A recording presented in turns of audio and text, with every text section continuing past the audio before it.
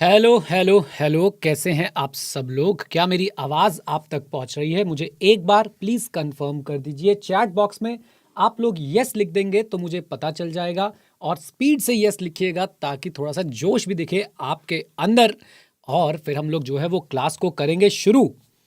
बहुत बढ़िया, बहुत बढ़िया। अक्षित, सहेली, आदित्य, क्या बात है, क्या बात है, क्या बात है, क्या बात है, क्या बात है।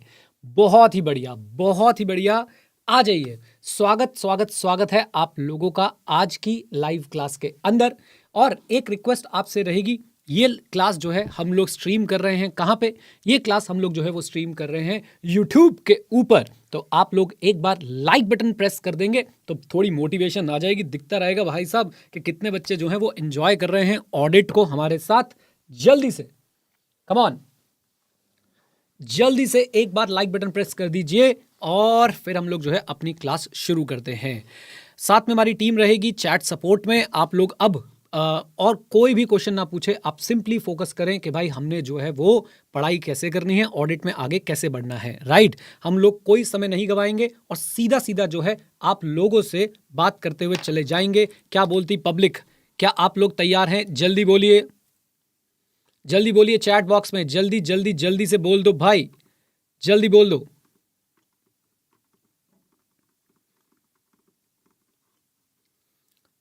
बोलो। चलो जी, आ जाओ। तो सबसे पहले मैं आपको कुछ बेसिक बातें बता देता हूं कि आपने बैच में क्या करना है और आपने बैच में जो है वो क्या नहीं करना है, ताकि किसी तरह की दिक्कत परेशानी आपको जो है वो ना हो।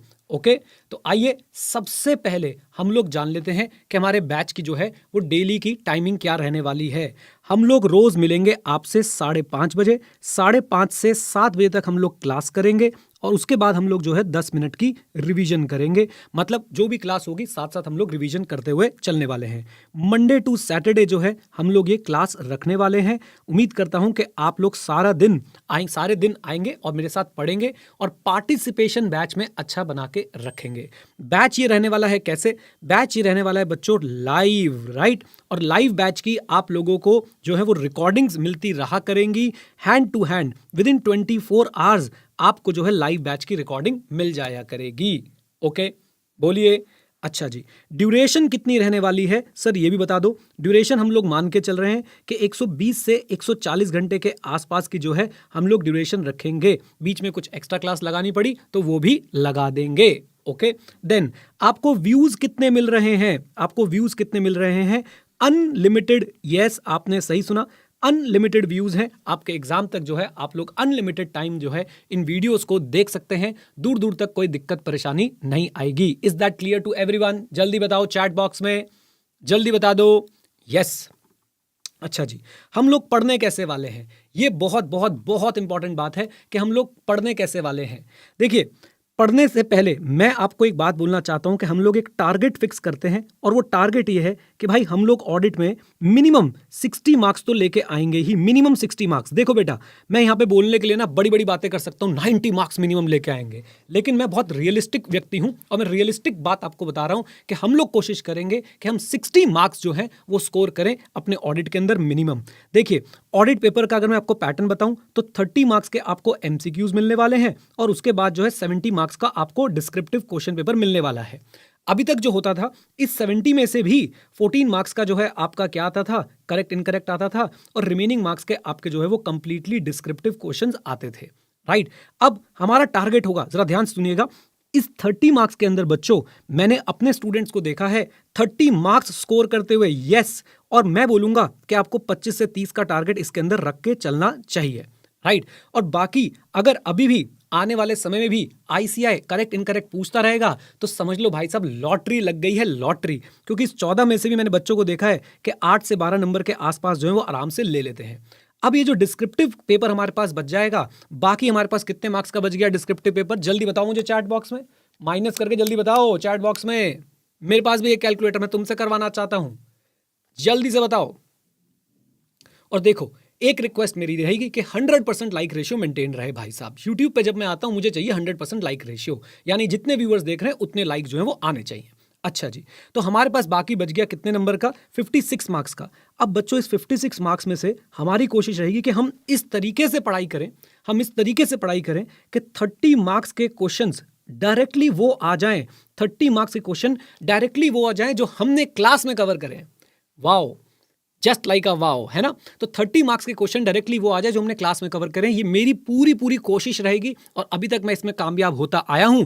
आगे भी जो है मैं इसमें कामयाब होने की कोशिश करूंगा अगर आप लोग मेहनत करेंगे तो। अब जरा ये देखिए, इस 30 में से हम लोग कितना स्कोर कर सकते हैं। हम लोग 70 to 80% मार्क्स जो है इसके अंदर स्कोर कर पाएंगे, राइट। अगर मैं 30 का 75 भी लगा लूं तो 22 नंबर जो है हमने लगभग 22.5 नंबर जो है यहाँ पे स्कोर कर लिए।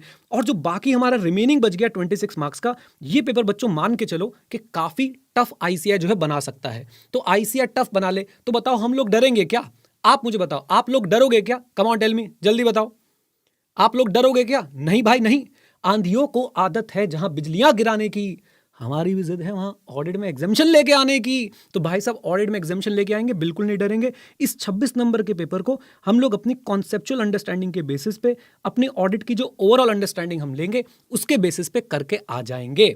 और इसमें हम लोग कोशिश करेंगे 50% मार्क्स स्कोर करने की, दैट इज 13 मार्क्स। अब आप लोग टोटल कर सकते हैं। यहां पे मैं लगा लेता हूं 25, यहां पे मैं लगा लेता हूं 8, यहां पे मैं लगा लेता हूं 22.5 और प्लस कर देता हूं 13। तो कितने मार्क्स बन रहे भाई? मैंने अभी तक इसका टोटल नहीं किया है, आप लोग जल्दी से टोटल करिए और मुझे बताइए। जल्दी से टोटल करिए, आप लोग मुझे बताइए, कम ऑन। और मेरी एक रिक्वेस्ट है, अब पढ़ाई पे फोकस कीजिए, इधर उधर की बातें मत पूछिए, सिर्फ पढ़ाई पे फोकस कीजिए। हाँ जी, हर्ष ने सबसे पहले आंसर दिया है, बहुत बढ़िया हर्ष, हर्षित, प्रियांश, राघव, कुंदन, बहुत ही बढ़िया भाई। तो 68.5 के आसपास बन रहा है और हमने बोला है कि भाई मिनिमम 60 मार्क्स स्कोर करेंगे। और यही हमारा पढ़ने का तरीका रहेगा कि हम लोग भाई कोशिश करते रहेंगे कि 60 से तो ऊपर ही जाना है। Is that clear to everyone? Give me a yes in the chat box, come on, जल्दी से बोलो बोलो बोलो बोलो।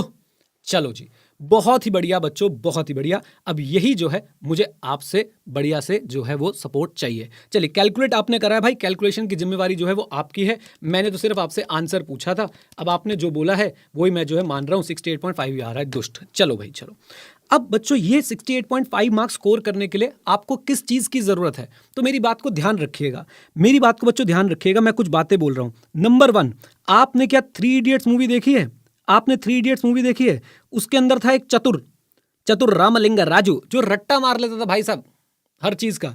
और एक था हमारे पास रैंचो, जो भाई साहब हर चीज को समझ लेता था, फुनसुक वांगड़ू। अब अगर आप चतुर बनोगे तो भी आप फेल हो जाओगे ऑडिट में, आप अगर बेटा रैंचो बनोगे तो भी आप फेल हो जाओगे ऑडिट में। हम बनेंगे चतुर रैंचो, बल्कि हम इसको पहले रैंचो लिखेंगे और फिर चतुर लिखेंगे। कैसे सर, कैसे? मैं बेटा आपको समझाने में जान लगा दूंगा, सच बता रहा हूं मैं आप लोगों को, आपको हर चीज समझाऊंगा बहुत अच्छे तरीके से, राइट। और उसको समझने के बाद जो है मैं आपको कोशिश करूंगा कि रट्टा भी लगवा दूं। क्यों? अब इसमें कई लोग ऑफेंड हो जाएंगे, सर रट्टा लगवाने की बात करो, आप सीए हो सर, सीए हो। भाई साहब मैं आपको एक बात बोलना चाहता हूं कि अगर आप लोग जो हैं सिर्फ समझ के जाएंगे तो भी पास होने में दिक्कत हो जाएगी। क्योंकि आईसीआई को भाई कीवर्ड्स पसंद है और वो कीवर्ड्स रटवाना, कीवर्ड्स को कैसे लिखना है, उसकी प्रेजेंटेशन कैसे करनी है, ये बहुत ज्यादा जरूरी है। इसलिए हम लोग थोड़ा बहुत रट्टा भी मारेंगे, लेकिन समझने के बाद। Is that clear to everyone? Come on guys, जल्दी बताओ everyone, please please please please जल्दी बता दो। और आप किसी भी समझदार व्यक्ति से मिलेंगे वो आपको यही बोलेगा कि देख भाई जितना मर्जी समझ ले, लेकिन थोड़ा बहुत तो याद रखना ही पड़ेगा। वो थोड़ा बहुत याद रखवाना मेरी जिम्मेवारी है। क्या आप लोग मेरे साथ हैं इसमें? कम ऑन टेल मी, जल्दी बोलो। बहुत ही बढ़िया, बहुत ही बढ़िया, बहुत ही बढ़िया। अच्छा जी, अब आपके मन में सवाल क्या आ रहा है? अब आपके मन में सवाल आ रहा है कि मास्टर जी हम अपने बैच की शुरुआत करेंगे कैसे? तो सबसे पहले बच्चों एक रख लो अपने साथ वाटर बॉटल बढ़िया सी। जब भी आप लोग लाइव क्लास अटेंड करने आए एक पानी की बोतल जरूर साथ में रखो। देखो मेरे साथ हमेशा रहती है, पानी बेटा ऑक्सीजन सप्लाई करता रहेगा और मैं आपको यहाँ से मोटिवेशन के इंजेक्शन देता रहूंगा। आप लोग जो है बहुत अच्छे से पढ़ते रहेंगे। साथ में आप लोगों को क्या करना है, अपने पास भाई एक रजिस्टर रख लेना और एक बढ़िया सा पेन रख लेना ब्लैक कलर का, register plus black pen, right.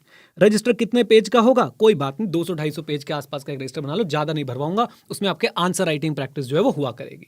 Okay, अब आप लोगों को एक प्रॉमिस करना है, चाहे क्लास कहीं भी हो, चाहे क्लास कहीं भी हो, आपने पार्टिसिपेशन जो है वो पूरा रखना है। चैट में मुझे आपका सपोर्ट चाहिए, चैट में मुझे आपका सपोर्ट चाहिए। और चैट में जब भी मैं आपसे कोई सवाल पूछूं, मैं कोई पोल करवाऊं, तो आप लोग जो है उसमें पार्टिसिपेट करेंगे। क्या बोलती पब्लिक? यस और नो? जल्दी बोलो, जल्दी जल्दी जल्दी बोलो, जल्दी एकदम।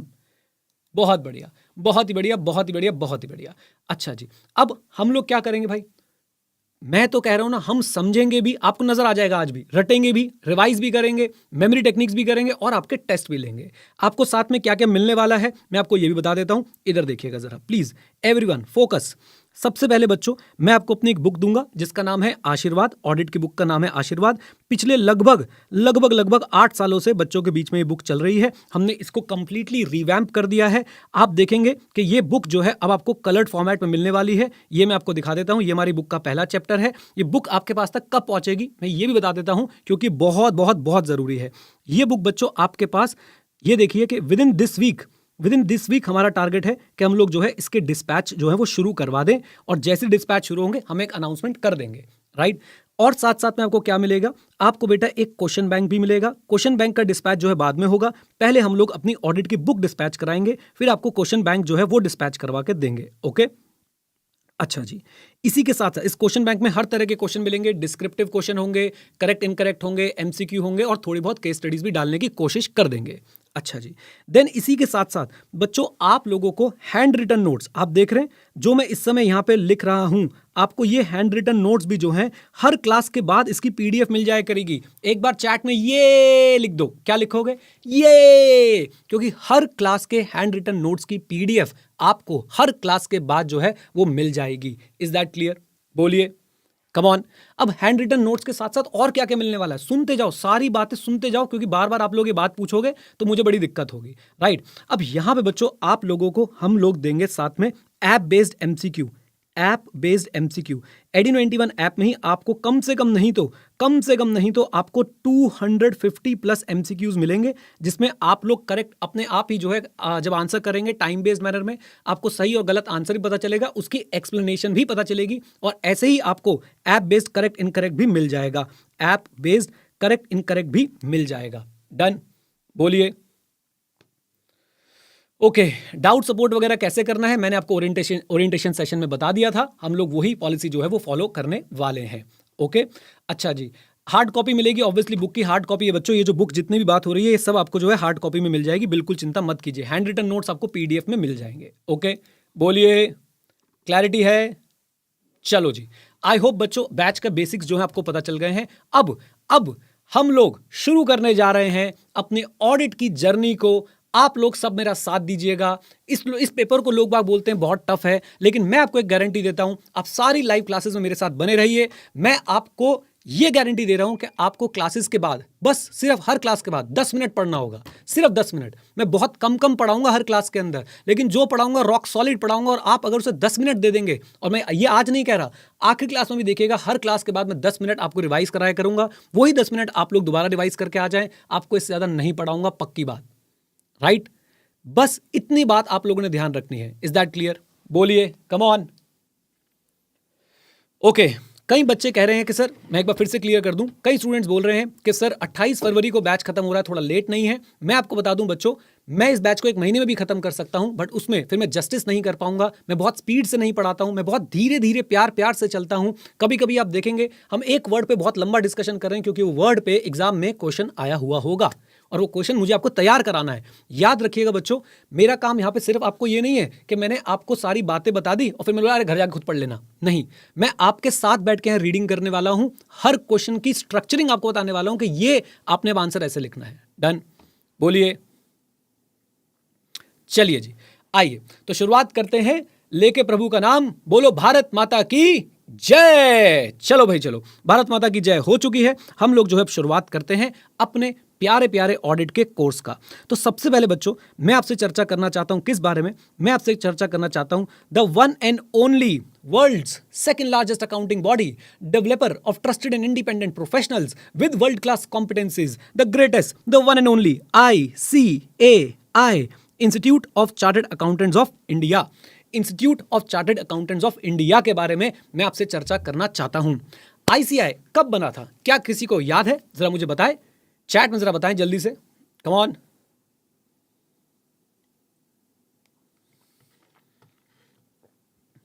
जल्दी से बताएं, ICAI कब बना था? कब बना था? ये 1949 में। बहुत बढ़िया। 1949 में बच्चों institute of chartered accountants of India जो है वो बना था। आज की डेट में institute of chartered accountant of India second largest accounting body of the world है। Second largest accounting body of the world है। सर फर्स्ट कौन है? फर्स्ट कौन है? एनी गेसेस के फर्स्ट कौन है भाई? फर्स्ट कौन है? जल्दी बोलो। Any guesses? मोहित कह रहे हैं एसीसीए, प्रीतम कह रहे हैं अमेरिका, वेल्स, एआईसीपीए। अच्छा चलो, मैंने मान लिया भाई साहब यूएस वाली बॉडी है फर्स्ट। लेकिन क्यों है भाई साहब वो फर्स्ट? क्या लगता है क्यों है वो फर्स्ट? एसीसीए नहीं है, क्यों है वो फर्स्ट? सीपीए यूएस से है, चलो बताओ क्यों है? ऐसा क्या किया उन लोगों ने? कमान जल्दी जल्दी बताओ, जल्दी जल्दी, एकदम मस्त। साकिब खान कह रहे हैं वो अमीर हैं। अरे वाह, बहुत बढ़िया। अमीरी में बेटा अगर कुछ होता तो अंबानी जी होते फिर चार्टर्ड अकाउंटेंट। यही तो खास बात है, सीए आपकी अमीरी पे डिपेंड नहीं करता है। एनीवेज, बहुत सिंपल सा इजी रिजल्ट्स। किसी ने बोला इजी रिजल्ट्स? अरे दुष्ट पापी, अपने वाले टफ लग रहे होते हैं तुम्हें भाई। सीपीए यूएस से भी इतना आसान नहीं है। आइए मैं आपको सिंपल सी बात बताता हूं बच्चों। सिर्फ एक कारण है, नंबर ऑफ मेंबर्स जो हैं उनके ज्यादा है। जैसे हमारा आईसीएआई है, आप लोग सीए बन के क्या करेंगे? आप लोग आईसीएआई के मेंबर बन जाएंगे। ऐसे इस समय यूएस की जो सीए बॉडी है उनके नंबर ऑफ मेंबर्स हमसे थोड़े से ज्यादा है। बट चिंता मत कीजिए, इंडिया बहुत जल्दी अपने नंबर ऑफ मेंबर्स बढ़ा लेगा। इंडिया का पॉपुलेशन बढ़ाने में अलग ही रिकॉर्ड रहता है ना। आजादी के बाद हमने एक ही तो काम है जो मन लगा के किया है। पहले एंटरटेनमेंट के सोर्सेज भी ज्यादा नहीं होते थे। खैर कोई बात नहीं, जिसको समझ आए ठीक है, बाकी बच्चे जाके पोगो देखें। आइए जरा साथ में जुड़िएगा। तो इंस्टीट्यूट जो है भाई साहब 1949 में आया। और सोच के देखिए, हम अपने कॉन्स्टिट्यूशन से भी पुराने हैं। राइट? कॉन्स्टिट्यूशन कब आया था? जल्दी बताओ। इंडिया एक रिपब्लिक कब बना था? कम ऑन, जल्दी बोलो। इंडिया एक रिपब्लिक कब बना था? 1950 के अंदर। हम लोग 1949 में आ गए थे भाई साहब आईसीआई वाले। क्या बात है। आईसीआई का जन्म क्यों हुआ था बेटा? जन्म क्यों हुआ था? दो प्रोफेशंस को रेगुलेट करने के लिए, एक अकाउंटिंग के प्रोफेशन को रेगुलेट करने के लिए और एक ऑडिटिंग के प्रोफेशन को रेगुलेट करने के लिए। सर आपने ऑडिटिंग वर्ड बोल दिया। हाँ very good sir, very good. थोड़ा ठंड सा पड़ गया बेटा, अभी चिंता मत करो, घुस जाएंगे इस वर्ड के अंदर। मेरी बात को जरा ध्यान से सुनिए। अकाउंटिंग और ऑडिटिंग के प्रोफेशन को रेगुलेट करने के लिए इंस्टीट्यूट का जन्म हुआ था। अकाउंटिंग और ऑडिटिंग के प्रोफेशन को रेगुलेट करने के लिए। अभी रेगुलेट से मेरा क्या मतलब है भाई साहब? क्या आप नहीं चाहते कि जो भी अकाउंटिंग हो रही है उसमें यूनिफॉर्मिटी हो? कम ऑन, जो भी अकाउंटिंग हो रही है उसमें यूनिफॉर्मिटी हो, सारी कंपनी एक ही रूल्स एंड रेगुलेशन फॉलो करके जो है वो अकाउंटिंग करे। अगर सोचो हर कोई अपने मन से अकाउंटिंग करने लग जाए, ओए होए होए होए होए होए, मजा आ जाएगा भाई साहब। मैं तो हर साल प्रॉफिट में रहूंगा, बड़े बड़े प्रॉफिट में। क्या बात है। हर स्टार्टअप बड़े बड़े प्रॉफिट में रहेगा। नहीं भाई नहीं। तो इसलिए अकाउंटिंग बॉडी बनाना जरूरी था। अकाउंटिंग बॉडी बनी, आईसीआई बनी। आईसीआई जो है वो अकाउंट्स को और ऑडिट को रेगुलेट करता है। अभी ऑडिट क्या होता है अभी समझाऊंगा बेटा, अभी समझाऊंगा। जहां पे अकाउंटिंग खत्म होती है वहां पे ऑडिटिंग शुरू होती है। समझे क्या? अभी समझाएंगे बेटा, चिंता मत करो, बिल्कुल चिंता मत करो। आओ, तो अकाउंटिंग और ऑडिटिंग को रेगुलेट करने के लिए institute of chartered accountants of India का जन्म हुआ। रेगुलेट से मेरा मतलब है यूनिफॉर्मिटी हमें चाहिए। बोलिए क्या चाहिए? यूनिफॉर्मिटी। अच्छा जी सर, ऑडिटिंग का जरा एक बार मतलब तो बताना, मतलब ऐसे इन जनरल क्या मतलब होता है? मेरी बात सुनो बच्चों, बहुत सिंपल शब्दों में आपको एक बात बताता हूं। इधर देखो जरा ध्यान से, बहुत सिंपल शब्दों में मुझे एक बात बताओ। आपके अकाउंट्स के कोई रूल्स हैं? अकाउंट बनाने के कोई रूल्स हैं? अकाउंटिंग करने के कोई रूल्स हैं? कम ऑन टेल मी, जल्दी बताओ। आपके अकाउंट्स बनाने के कुछ रूल्स एंड रेगुलेशन हैं आज की डेट में? यस और no? Give me a yes in the chat box और no in the chat box, जल्दी बताओ। यस बिल्कुल है।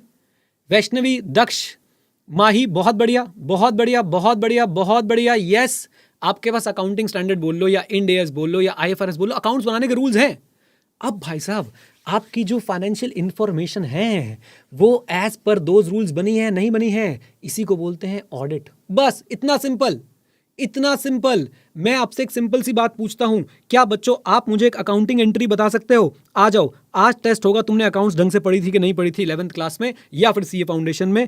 एक बात बताओ, मशीनरी परचेज करी है 1 लाख रुपए की, मशीनरी परचेज करी है 1 लाख रुपए की, इंस्टॉलेशन एक्सपेंसेस दिए हैं हमने 10,000 रुपए, इंस्टॉलेशन एक्सपेंसेस दिए 10,000 रुपए। इसकी जर्नल एंट्री कौन पास करके दिखाएगा मुझे? जल्दी बोलो, इसकी जर्नल एंट्री कौन पास करके बताएगा? Come on Mohin, very good very good. हाँ दिवेश सही कह रहा है, लाइक करो वीडियो को, बहुत बढ़िया। इसकी जर्नल एंट्री क्या होगी बेटा? किसी ने लिखा है purchase account debit to bank.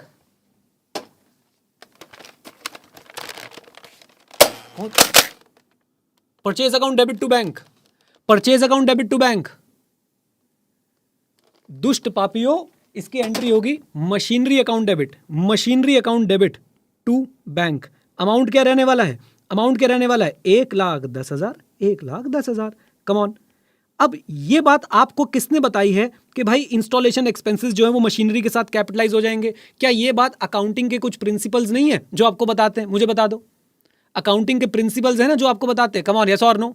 आपके अकाउंट्स वाले सर ने आपको सिखाया होगा। उनको कहां से पता चला? भाई साहब, एक आपका कोई अकाउंटिंग स्टैंडर्ड होगा, उसके अंदर लिखा होगा। मैं उस अकाउंटिंग स्टैंडर्ड में नहीं जाना चाहता, लेकिन बताइए ऐसा ही होगा कि नहीं? कम ऑन, यस और नो?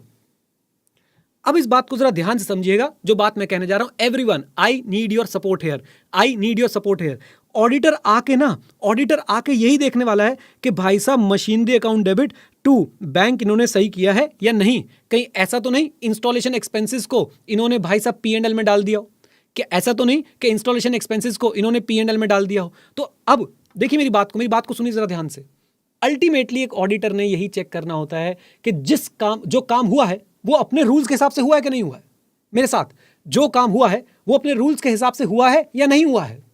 ये लाइन एक बार सब बच्चे मेरे साथ घर पे बोलेंगे, कसम है तुम्हें, कसम है तुम्हें, प्लीज साथ में बोलना। जो काम हुआ है वो उसके रूल्स के हिसाब से हुआ है कि नहीं हुआ है? कम ऑन, टेल मी।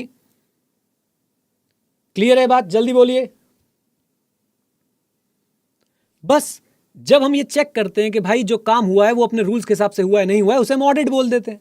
हमारा और आपका, हम लोग बेटा सीए फ्रेटर्निटी वाले लोग हैं। एवरीवन, हम लोग सीए फ्रेटर्निटी वाले लोग हैं। हम लोग किसका ऑडिट करते हैं? फाइनेंशियल इंफॉर्मेशन का। हम लोग किसका ऑडिट करते हैं? Come on tell me. Financial information का। तो हम चेक करते हैं कि फाइनेंशियल इंफॉर्मेशन जो बनी है, फाइनेंशियल इंफॉर्मेशन जो बनी है वो as per the standards of the accounting बनी है कि नहीं बनी है। अभी स्टैंडर्ड्स ऑफ अकाउंटिंग बोल रहा हूं, बाद में इस टर्म को मैं चेंज करूंगा, don't worry at all. Clear है? जल्दी बोलिए। एवरीवन प्लीज टेल मी, जल्दी बोलो।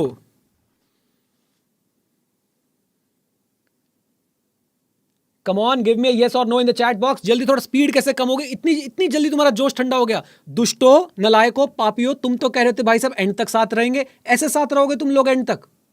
ये बात अब बढ़ी है स्पीड, बहुत ही बढ़िया, शाबाश। आइए अब मैं बच्चों आप लोगों को ऑडिट की फॉर्मल डेफिनेशन दिखाता हूं जो आपके ICAI के बुक में जो है वो दे रखी है। अच्छा, institute of chartered accountants of India का पेपर नंबर 5 है भाई साहब, जिसका नाम है ऑडिटिंग एंड एथिक्स।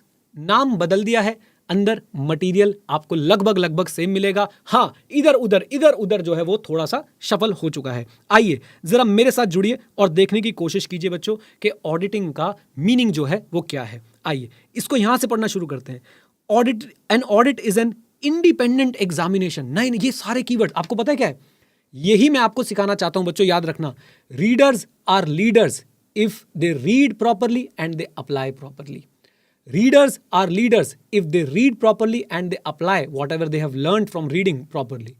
राइट? तो आप लोग लीडर बनेंगे जब आप लोग अच्छे से रीड करेंगे और उस रीडिंग को अच्छे से अप्लाई भी करेंगे, उस रीडिंग को अच्छे से रिफ्लेक्ट भी करेंगे। आइए जरा साथ में जुड़िए मेरे साथ। तो ऑडिट क्या है? Independent examination. किसका? फाइनेंशियल इंफॉर्मेशन को। सर हमारा दोस्त तो बोल रहा था फाइनेंशियल स्टेटमेंट को चेक करते हैं। अभी मैं आपको दिखाऊंगा कि फाइनेंशियल स्टेटमेंट में और आपकी फाइनेंशियल इंफॉर्मेशन में क्या रिश्ता है, बट थोड़ा सा समय दीजिए। Audit is an independent examination of financial information of an entity. ध्यान दीजिए, क्या यहां पे कंपनी लिखा है? क्या यहां पे कंपनी लिखा है? टेल मी, क्या यहां पे कंपनी लिखा है? क्या यहां पे इंडिविजुअल लिखा है? क्या यहां पे पार्टनरशिप फर्म लिखा है? क्या यहां पे LLP लिखा है? क्या यहां पे HUF लिखा है? क्या लिखा है यहां पे? बताइए क्या लिखा है? एंटिटी लिखा है, एंटिटी। यस, एंटिटी लिखने से क्या बच्चों स्कोप ऑफ डेफिनेशन बढ़ रहा है या कम हो रहा है? बढ़ रहा है या कम हो रहा है? एंटिटी में क्या क्या आता है? कम ऑन, एंटिटी में क्या क्या आता है? यत्र तत्र सर्वत्र। हां जी, साथ में हो। एंटिटी में क्या क्या आता है? Come on tell me. यत्र तत्र सर्वत्र। स्कोप जो है वो काफी हद तक बढ़ रहा है। अब मेरी बातों को जरा ध्यान से सुनिएगा बच्चों। एंटिटी, और आगे क्लियर भी कर रहे हैं, वेदर प्रॉफिट ओरिएंटेड और not, irrespective of its size और लीगल फॉर्म। कहते हैं भाई साहब एंटिटी कैसी भी हो, प्रॉफिट वाली हो या ना हो, उसका साइज कुछ भी हो या उसका लीगल फॉर्म कुछ भी हो, सर प्रॉफिट ओरिएंटेड हो या ना हो, मतलब बेटा क्या सिर्फ और सिर्फ मुकेश अंबानी को ऑडिट कराना है? क्या जो गूंज नाम का एनजीओ है उनको ऑडिट नहीं कराना है? अजी सबको ऑडिट करवाना है, मैं बताऊंगा कैसे ऑडिट करवाना है, चिंता मत करो। एक बात, दूसरी बात जरा ध्यान से सुनिए, क्या सिर्फ और सिर्फ छोटी कंपनी को ऑडिट करवाना है या सिर्फ बड़ी कंपनी को ऑडिट कराना है? अजय यत्र तत्र सर्वत्र हर कंपनी को ऑडिट करवाना है irrespective of its size. Sir legal form क्या होता है? लीगल फॉर्म बेटा जो मैंने आपको अभी समझाया था, चाहे इंडिविजुअल हो, एचयूएफ हो, कंपनी हो, एसोसिएशन ऑफ पर्सन हो, बॉडी ऑफ इंडिविजुअल्स हो, कुछ भी हो भाई, याद रखिए कि आप लोगों को जो है ऑडिट करवाना पड़ सकता है irrespective of your size, irrespective of your legal form, irrespective of that whether you are there for profit और नॉट फॉर प्रॉफिट। आपको मैं एक बात बता दूं बच्चों, ये आप मुझसे पहली बात सुन रहे हैं, एग्जाम में ये क्वेश्चन जो है वो आ चुका है कम से कम 5 बार। और कैसे पूछते हैं ये क्वेश्चन कि भाई साहब एक एनजीओ है वो कह रहा है कि मुझे ऑडिट करवाने की जरूरत नहीं पड़ सकती कभी भी, तो आप बताइए क्या जो है ऑडिट एनजीओ को नहीं करवाना पड़ेगा? अरे भाई साहब कैसी कैसी बातें कर रहे हो? यस कंडीशनल हो सकता है, लेकिन ऐसा नहीं है कि एनजीओ को ऑडिट नहीं कराना। वाई? रीजन क्या देंगे? Audit is an independent examination of financial information of an entity irrespective of its size or legal form whether profit oriented or not. Come on guys, बोलिए, क्या सिर्फ प्रॉफिट ओरिएंटेड एंटिटी को ही audit करवाना होता है? Tell me, correct incorrect बताओ, क्या सिर्फ प्रॉफिट ओरिएंटेड एंटिटी को ही ऑडिट करवाना होता है? करेक्ट इनकरेक्ट बताओ चैट में, जल्दी से बताओ।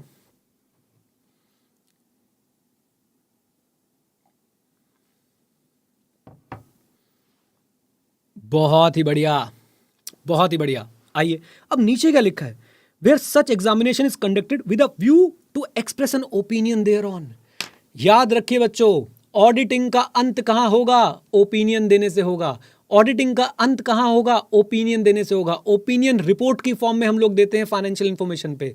कहानी का सार यह है, हम फाइनेंशियल इंफॉर्मेशन उठाएंगे, उसे देखेंगे कि क्या ये financial information as per the accounting rules and regulations बनी है या नहीं बनी है, और ये चेक करने के बाद एक रिपोर्ट में अपना ओपिनियन लिख के दे देंगे। आज के बाद आपको कहीं पे गली के नुक्कड़ पे कोई खड़ा हुआ मिल जाए और पूछे ऑडिट क्या होता है, तो आप उसे समझा सकते हैं कि भाई ऑडिट में हम फाइनेंशियल इंफॉर्मेशन देखते हैं, उसको देखने के बाद हम चेक करते हैं कि ये as per the rules and regulation of accounting बना है या नहीं बना है, और फिर उसके बाद हम अपना ओपिनियन एक रिपोर्ट में लिख के दे देते हैं। क्या बोलती पब्लिक? कम ऑन, बोलिए, क्लैरिटी बोलिए, क्लैरिटी बोलिए। आउट ऑफ 100% कितना परसेंट क्लैरिटी है चैट में, जल्दी बताइए।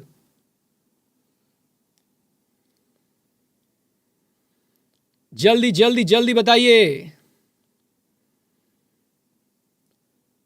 बहुत ही बढ़िया, बहुत ही बढ़िया बच्चों, बहुत ही बढ़िया, शाबाश शाबाश शाबाश। चलिए अब जरा आगे चलते हैं, उस डेफिनेशन को तोड़ने फोड़ने की कोशिश करते हैं। एक वर्ड आया था कि sir audit is an independent examination. अभी देखो बच्चों, पढ़ने की अप्रोच अपनी पोस्टमार्टम वाली है। और मैं आपको एक बात बता दूं कि मैं आपसे, ध्यान से देखना, मैं आपसे आने वाली 7-8 क्लासेस में मैं आपके ऑडिट के बेसिक्स पे बात करूंगा। ऑडिट में जितने भी टर्म्स पूरे वर्ल्ड में अलग अलग पूरे वर्ल्ड में जितने भी टर्म्स यूज हो सकते हैं वो सारे टर्म्स मैं आपको सिखा दूंगा। और उसके बाद हम लोग एक अलग भाषा में बात करेंगे, सच बता रहा हूं। उसके बाद हम लोग एक अलग भाषा में बात करेंगे, आम आदमी को समझ नहीं आएगी, सिर्फ सीए वालों को समझ में आएगी। राइट? तो आप लोगों ने बस शुरू की 7-8 क्लास जो है मुझे सपोर्ट करना है। मैं जो भी पढ़ाऊं, जितना भी पढ़ाऊं, उसे आपने रिवाइज करना है मेरे साथ, और उसके लिए हम लोग बहुत मेहनत करेंगे। कि आप साथ में हैं? कम ऑन, यस और नो, जल्दी बोलो, जल्दी बोलो, कम ऑन। हम सिर्फ, और आप देखेंगे कि आपको मेरी बुक का चैप्टर 1 आईसीए की बुक के चैप्टर 1 से थोड़ा सा अलग मिलेगा, कुछ एक्स्ट्रा चीजें मिलेंगी, क्योंकि मैं आपको पहले ऑडिट के बेसिक कॉन्सेप्ट्स बहुत सही कर दूंगा। मैं आपको ऑडिट की एबीसी अच्छे से सिखा दूंगा। फिर उसके बाद आप जितने मर्जी वर्ड्स बनाओ, जितने मर्जी सेंटेंसेस बनाओ, पैराग्राफ बनाओ, किताबें लिखो, कोई टेंशन की बात नहीं है। चलिए जी, आइए अब बढ़ते हैं जरा आगे और देखने की कोशिश करते हैं इस डेफिनेशन का पोस्टमार्टम। पोस्टमार्टम में क्या होगा? एवरीवन प्लीज इधर देखो। सबसे पहले ऑडिटिंग क्या है? ऑडिटिंग हमने बोला इंडिपेंडेंट एग्जामिनेशन है। सर इस इंडिपेंडेंस का मतलब क्या होता है? इंडिपेंडेंस का सिंपल सा मतलब है कि आपकी जजमेंट किसी और के अधीन नहीं होनी चाहिए। यानी your judgement should not be subordinate to the wishes of other person and specifically those जिसके लिए आप लोग जिसने पर्टिकुलर वो काम किया है। फॉर एग्जाम्पल, जिसने अकाउंट्स बनाए हैं, क्या आप उससे डर के ये बता सकते हो कि अकाउंट सही है या नहीं? आप मुझे बताओ। जिसने अकाउंट्स बनाए, क्या आप उसके इन्फ्लुएंस में आके क्या आप अपने एक फ्री ओपिनियन दे सकते हो? Answer is no. सर इसको एक एग्जाम्पल से समझाओ। हाँ बेटा, मैं आपको समझाता हूँ एक एग्जाम्पल से। सोचो, आज वो दिन है जिस दिन आपका रिजल्ट आया और आप बन गए हैं chartered accountant. Chartered accountant, oh my God. और चार्टर्ड अकाउंटेंट बनने के बाद भाई साहब आपको सारे कॉल्स आ रहे हैं, मुबारक हो ये वो, और इतने में आपके पास एक फ़ोन आता है आपके मामा का। मामा में 2 बार माँ आता है, याद रखना। और मामा आपको अपने ऑफिस बुलाते हैं, आप उनके ऑफिस जाते हैं और आपके मामा कहते हैं ये मेरे अकाउंट्स पढ़े, जरा इन पे साइन कर दो, बोल दे सब कुछ सही है, बिना चेक करे बोल दे सब कुछ सही है, मैं कह रहा हूँ ना सब कुछ सही है। आपने बोला mama I can't do this, I can't do this mama, I have to check the accounts. मामा ने बच्चों फोन उठा लिया है, मामा ने फोन डायल कर लिया है। क्या आप गैस कर सकते हैं मामा फोन किसको लगा रहे हैं? कम ऑन टेल मी, जल्दी बोलो मित्रों, जल्दी बोलो मित्रों, मामा किसको फोन लगा रहे हैं? जल्दी बोलो, जल्दी बोलो बेटा, मामा किसको फोन लगा रहे हैं?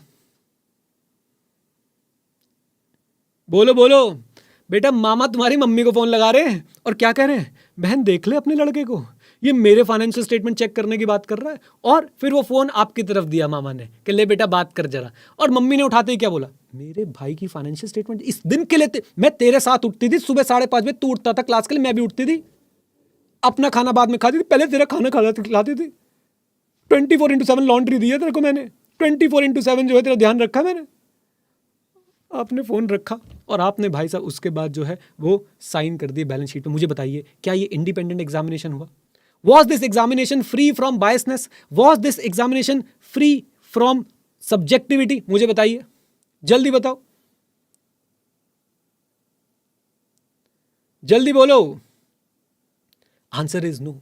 तो याद रखिए बच्चों, audit is an independent examination. Independence का सिंपल सा मतलब है your judgement should not be subordinate to the other people, to the wishes of other people, right? अब एक बात बताइए बच्चों, अगर मैं किसी कंपनी के अकाउंट्स बना रहा हूं, क्या मैं उसकी ऑडिट करूं? ये सही रहेगा? अगर मैं किसी कंपनी के अकाउंट्स बना रहा हूं तो क्या मैं उसका ऑडिट कर सकता हूं? यानी मैं अपने अकाउंट्स, मतलब मैंने ही अकाउंट्स बनाए हैं और मैं चेक करके क्या बोल रहा हूं? वाह वाह वाह वाह वाह वाह, कहां है वो व्यक्ति जिसने अकाउंट्स बनाए, मैं उसके हाथ चूमना चाहता हूं, बताओ भाई। तो याद रखिए कि भाई ऑडिट क्या है? इंडिपेंडेंट एग्जामिनेशन है। और इंडिपेंडेंस का मतलब क्या है कि जजमेंट एक व्यक्ति की सबऑर्डिनेट नहीं होनी चाहिए, अधीन नहीं होनी चाहिए टू द विशेस और डायरेक्शन ऑफ अनदर पर्सन, और खासकर जिसने उसे अपॉइंट किया है। Is that clear? Come on tell me, जल्दी बोलो। आ जाओ जी, अब मेरी बात को जरा ध्यान सुनो। ये कुछ ऐसा ही है बेटा कि कभी कभी मम्मी खाना बना के खुद ही नहीं बोलती क्या टेस्टी बना है, और तुम पहला टुकड़ा मुंह में रखते हो, हाँ टेस्टी तो बना है मम्मी, है ना? एनीवेज चलिए, जब मम्मी एक्सपेरिमेंट करती है, वैसे तो मम्मी के हाथ का खाना हमेशा ही अच्छा होता है, लेकिन बेटा मम्मी कभी कभी एक्सपेरिमेंट भी तो करती है। संजीव कपूर को देख लिया यूट्यूब पे, और फिर भाई सब एक्सपेरिमेंट हो रहा है। चलिए, अब पहली बात क्लियर, इंडिपेंडेंस का मतलब सबको क्लियर होता है, जल्दी बोलिए। इंडिपेंडेंट, अब देखो बच्चों ये ना कीवर्ड्स हैं। Judgment of a person is not subordinate to the wishes और डायरेक्शन ऑफ अनदर पर्सन। ये कीवर्ड है, judgment of a person is not subordinate to the wishes और direction of another person. Is that clear? ये keyword आप लोग लिख के आएंगे, जल्दी बोलो बोलो। बहुत बढ़िया, आ जाओ जी। देन इसके बाद बच्चों हमने ये चर्चा पहले ही कर ली, क्या ऑडिट सिर्फ एक पर्टिकुलर तरह की एंटिटी पे लगता है या वेरियस एंटिटीज पे लग सकता है? क्या ऑडिट की रिक्वायरमेंट सिर्फ एक पर्टिकुलर तरह की एंटिटी को होती है या किसी भी एंटिटी को आ सकती है? मैं कहता हूं जी किसी भी एंटिटी को आ सकती है, चाहे वो प्रॉफिट ओरिएंटेड हो, नॉन प्रॉफिट ओरिएंटेड हो, साइज बड़ा हो या छोटा हो, लीगल फॉर्म उसका कुछ भी हो। लीगल फॉर्म मतलब भाई वो सोल प्रोप्राइटरशिप हो, पार्टनरशिप हो, एलएलपी हो, प्राइवेट हो, पब्लिक कंपनी हो, सोसाइटी हो, ट्रस्ट हो, यत्र तत्र सर्वत्र। कम ऑन, यत्र तत्र सर्वत्र। क्या ये बात क्लियर हुई बच्चों आप लोगों को? जल्दी बोल दो, कम ऑन, यस और नो बोलो बेटा। चलिए आ जाइए, आगे चलते हैं और देखने की कोशिश करते हैं। और याद रखें बच्चों, ऑडिट का अंत कैसे होता है? ऑडिट का अंत कैसे होता है? Auditor is going to express an, हाँ जी, auditor is going to express an what? Come on, express an what? Come on, जल्दी बोलो। ओपिनियन। ओपिनियन बच्चों, ये वर्ड याद रख लो, ओपिनियन। इस पे हम बहुत चर्चा करने वाले हैं। सर आपकी बुक में ये एफएस क्या लिखा है? बेटा एफएस का मतलब है फाइनेंशियल स्टेटमेंट। बोलो क्या है? Financial statement. चलो रजिस्टर निकालो, कुछ लिखवा रहा हूं। रजिस्टर निकालो, कुछ लिखवा रहा हूं, लिखोगे साथ में? बोलो। यस सर, यस बिल्कुल लिखेंगे, साथ में लिखोगे, जल्दी बोलो। आ जाओ, लिखना शुरू करो बच्चों, लिखना शुरू करो। हमने बोला कि भाई ऑडिट क्या है? हमने बोला, कम ऑन टेल मी, जल्दी बताओ ऑडिट क्या है? ऑडिट है इंडिपेंडेंट एग्जामिनेशन।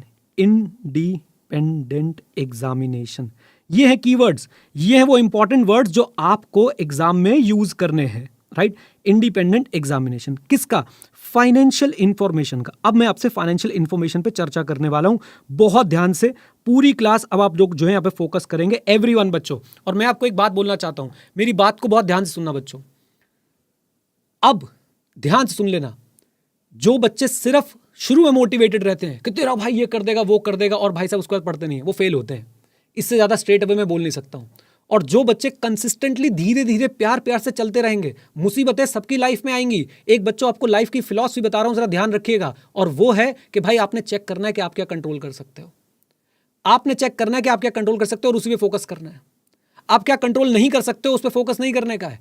क्या आप पेपर कितना टफ आएगा इसको कंट्रोल कर सकते हो? Come on tell me in the chat box. क्या आप पेपर कितना टफ आएगा इसको कंट्रोल कर सकते हो? मुझे बताओ जरा चैट में, क्या आप इसको कंट्रोल कर सकते हो? जल्दी बोलो। आंसर इज नो, आप इसको कंट्रोल नहीं कर सकते। लेकिन आप पढ़ाई कैसे करोगे? क्या आप इसको कंट्रोल कर सकते हो? आप पढ़ाई कैसे करोगे? क्या आप इसको कंट्रोल कर सकते हो? Come on. यस, तो हम उसको कंट्रोल करेंगे। मैं आपको बता रहा हूं, एक आम बच्चा क्या करता है भाई साहब, हमेशा मोटिवेशन के साथ बैठेगा, लेकिन वो मोटिवेशन सिर्फ थोड़ी देर की ही रहेगी। और ये बच्चे बाद में जाके रो रहे होते हैं। आप मोटिवेशन के साथ अगर बैठ रहे हैं तो फिर पूरा क्लास देखिए, पूरा लेक्चर देखिए। अदरवाइज मैं आपको बता रहा हूं बच्चों, ये आपकी जिंदगी की आदत बन जाएगी और फिर आप लोग जो है ना सिर्फ और सिर्फ दुख मनाते रहोगे, शोक मनाते रहोगे। आप लोग से भी सोचते रहोगे काश यार उस समय पढ़ लिया होता, का यार वो कैसे आगे बढ़ रहे हैं अपने जीवन में, वो कैसे अच्छा कर पा रहे हैं अपने जीवन में, मैं क्यों नहीं कर पा रहा हूं? क्योंकि भाई साहब आप सिर्फ थोड़ी देर के लिए मोटिवेट होते हो और वो कंसिस्टेंटली मेहनत करता है बच्चा। तो कंसिस्टेंट मेहनत करेंगे, बस ये प्रॉमिस मुझे जो है आपसे चाहिए। और याद रखना, सबसे अच्छा टीचर कौन? आपकी आखिरी गलती। और आपकी आखिरी गलती हुई थी नवंबर 2023 में। नवंबर 2023 के एग्जाम में आप में से बहुत लोगों ने वो गलती करी थी कि भाई साहब समय था और पढ़ाई नहीं करी। अब वो गलती मत करिए। अगर आप अपनी आखिरी गलती से नहीं सीखेंगे तो वो आखिरी गलती दोबारा रिपीट होगी, याद रखिएगा। तो आई होप कि अब आप लोग जो है ये गलती नहीं करने वाले हैं। कम ऑन, बोलिए। चलिए, तो अब बच्चों मैं आपसे चर्चा करूंगा इस फाइनेंशियल इंफॉर्मेशन वाले टॉपिक पे। मैं इस पे आपको दूंगा अल्ट्रा क्लैरिटी कि साहब ये फाइनेंशियल इंफॉर्मेशन होती क्या है। तो सुनिए मेरी बात को। फाइनेंशियल इंफॉर्मेशन लिखिएगा जरा साथ में, FI, that is financial information. क्या है बच्चों? Financial information is the information, लिख सकते हैं आप लोग साथ साथ में, information expressed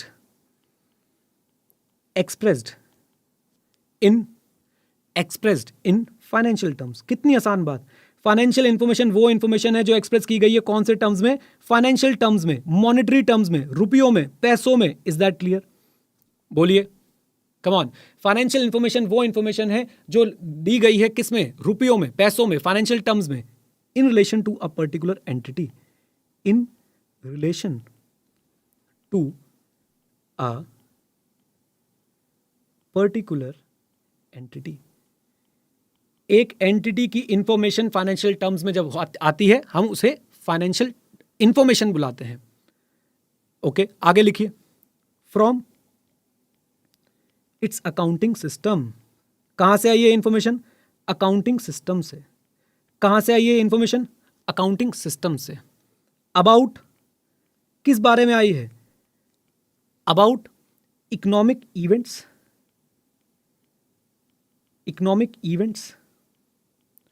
and economic conditions. Economic events and economic conditions. मेरे साथ साथ बच्चों, फाइनेंशियल इंफॉर्मेशन क्या है? ऐसी इंफॉर्मेशन जो फाइनेंशियल टर्म्स में एक्सप्रेस की गई है, एक एंटिटी के बारे में है, उसके अकाउंटिंग सिस्टम से आई है, इकोनॉमिक इवेंट्स के बारे में और इकोनॉमिक कंडीशंस के बारे में। कम ऑन, उसके इकोनॉमिक इवेंट्स के बारे में और इकोनॉमिक कंडीशंस के बारे में। Is that clear? Come on, बस सिंपल सी बात। अब बच्चों हम बार बार फाइनेंशियल स्टेटमेंट बोलते रहते हैं, तो हमें क्या यूज करना है? फाइनेंशियल इंफॉर्मेशन यूज करना है या फाइनेंशियल स्टेटमेंट यूज करना है? जरा ध्यान से देखिएगा everyone, please focus. Financial statements होते क्या है बच्चों? बहुत simple, structured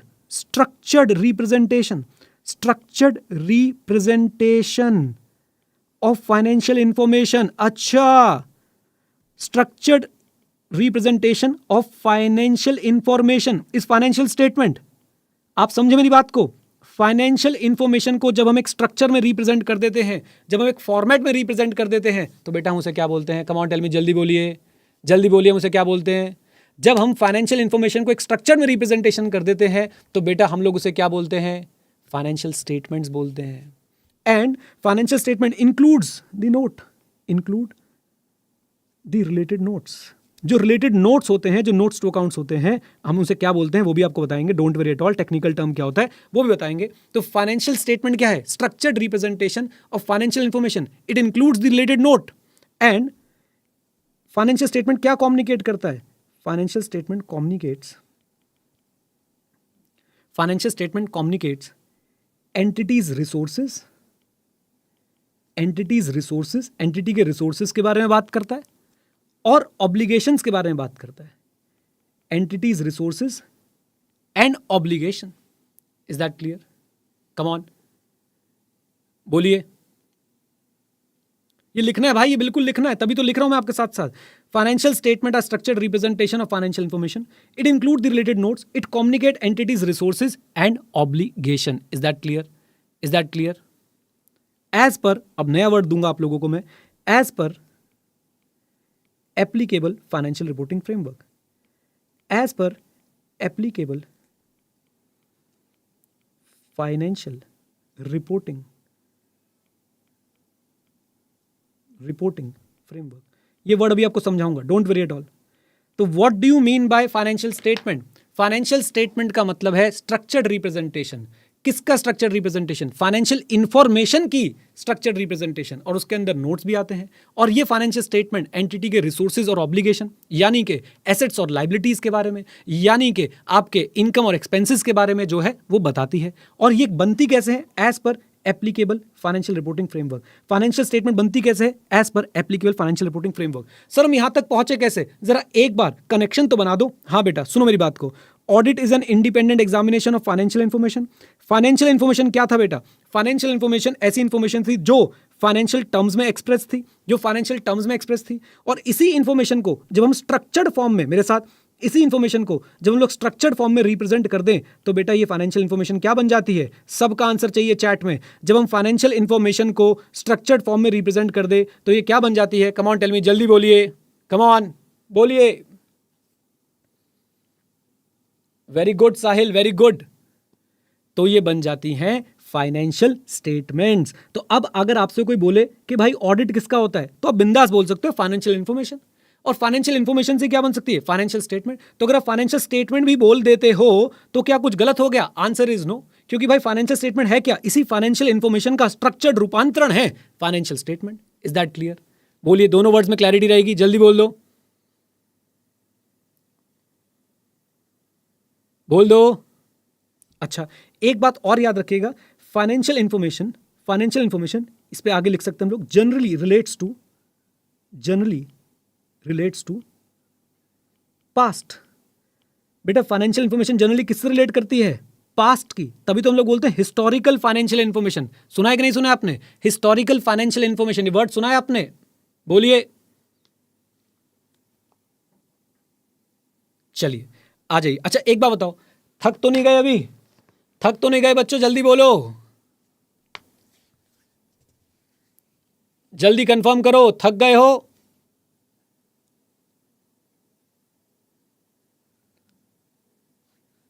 full power, come on, बहुत बढ़िया। एंड तक साथ में रहेंगे। अभी तो बैच शुरू हो रहा है दोस्तों, अभी तो बैच शुरू हो रहा है, अभी तो पार्टी शुरू हुई है। मुझे बताइए, क्या आपको समझ आया कि भाई audit is an independent examination of financial information? What is financial information? ऐसी इंफॉर्मेशन जो फाइनेंशियल टर्म्स में एक्सप्रेस हुई है, एक एंटिटी की है, उसके अकाउंटिंग सिस्टम से आई है, इवेंट्स और कंडीशन बताती है। इवेंट्स और कंडीशन कब की बताती है? फ्यूचर की या पास्ट की? मेरे साथ बोलो बेटा, फ्यूचर की या पास्ट की? कम ऑन, फ्यूचर की या पास्ट की? पास्ट की। ओके चलिए, और फाइनेंशियल इंफॉर्मेशन से फाइनेंशियल स्टेटमेंट तक कैसे पहुंचते हैं? बेटा financial statement is nothing but structured representation of the historical financial information. जो भी आपकी फाइनेंशियल इंफॉर्मेशन है, हिस्टोरिकल भी लिख देता हूं यहां पे, जो भी आपकी हिस्टोरिकल फाइनेंशियल इंफॉर्मेशन है, जब हम उसका स्ट्रक्चर्ड रिप्रेजेंटेशन करते हैं तो बेटा याद रखिए वो क्या बन जाती है? वो बन जाती है फाइनेंशियल स्टेटमेंट्स। अब सर ये क्या वर्ड आया है? Applicable financial reporting framework. हम बच्चों प्यार से दो वर्ड्स बोलेंगे, FRF, AFRF, ये बार बार हम लोग यूज करने वाले हैं, बार बार लगातार। इन दोनों शॉर्ट फॉर्म्स को अपने दिमाग में बसा लीजिए मेरे साथ साथ। FRF फाइनेंशियल रिपोर्टिंग फ्रेमवर्क, हाँ जी, financial reporting framework. AFRF applicable financial reporting framework. पहले एक बार बोल के देखिए, FRF, come on, what is FRF? Financial reporting framework. AFRF applicable financial reporting framework. Sir क्या है ये क्या होते हैं बेटा? तो बहुत सिंपल सी आपको एक बात बताऊं, इधर देखिए। FRF बोले तो भाई साहब वो गाइडलाइंस जिसके हिसाब से हम लोग अपनी फाइनेंशियल स्टेटमेंट में क्या क्या करते हैं। हम लोग अपनी फाइनेंशियल स्टेटमेंट में अमाउंट्स डिटरमाइन करते हैं, क्लासिफिकेशन डिटरमाइन करते हैं, प्रेजेंटेशन डिटरमाइन करते हैं, डिस्क्लोजर डिटरमाइन करते हैं। अब कुछ बातें समझ में आ रही हैं। हम जिन गाइडलाइंस को यूज करते हुए अपनी फाइनेंशियल स्टेटमेंट में amount, classification, presentation, disclosure determine करते हैं, उन्हीं गाइडलाइंस को बच्चों हम लोग क्या बुलाते हैं? फाइनेंशियल रिपोर्टिंग फ्रेमवर्क बुलाते हैं। सिंपल सी बात, जिन गाइडलाइंस को यूज करते हुए हम लोग अपनी फाइनेंशियल स्टेटमेंट में amount, classification, presentation, disclosure determine करते हैं, उन्हीं को हम लोग फाइनेंशियल रिपोर्टिंग फ्रेमवर्क बुलाते हैं। जैसे कि अकाउंटिंग स्टैंडर्ड क्या फाइनेंशियल रिपोर्टिंग फ्रेमवर्क है? मुझे बताओ अकाउंटिंग स्टैंडर्ड क्या फाइनेंशियल रिपोर्टिंग फ्रेमवर्क है? कम ऑन टेल मी, जल्दी बोलो, come on guys tell me. आप बताओ, क्या आपको accounting standards amount, classification, presentation, disclosure पे गाइडलाइंस देते हैं? यस और नो? यस और नो?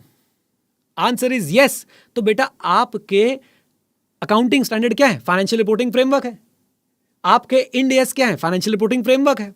आपके यूएस के गैप जो जनरली एक्सेप्टेड अकाउंटिंग प्रिंसिपल्स हैं वो क्या है? फाइनेंशियल रिपोर्टिंग फ्रेमवर्क है।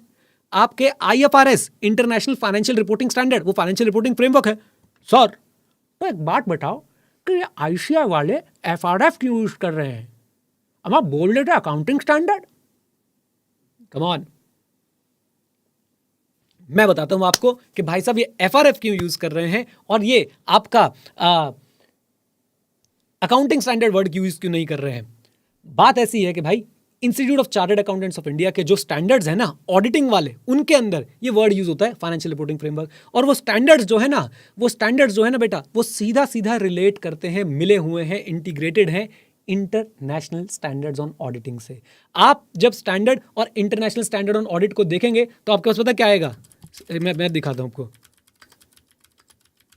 मैं आपको दिखाता हूं क्या आएगा। ये देखो, जब आप इंटरनेशनल स्टैंडर्ड्स ऑन ऑडिटिंग को देखेंगे और साथ में अपने स्टैंडर्ड्स ऑन ऑडिटिंग को देखेंगे तो आपको बच्चों कुछ ऐसी पिक्चर जो है वो नजर आने वाली है। कैसी पिक्चर? अभी दिखा रहा हूं, चिंता मत करो। ऐसी पिक्चर आपको जो है वो नजर आने वाली है। सीन विंडो कहां गई हमारी? ये लो भाई, ये लो।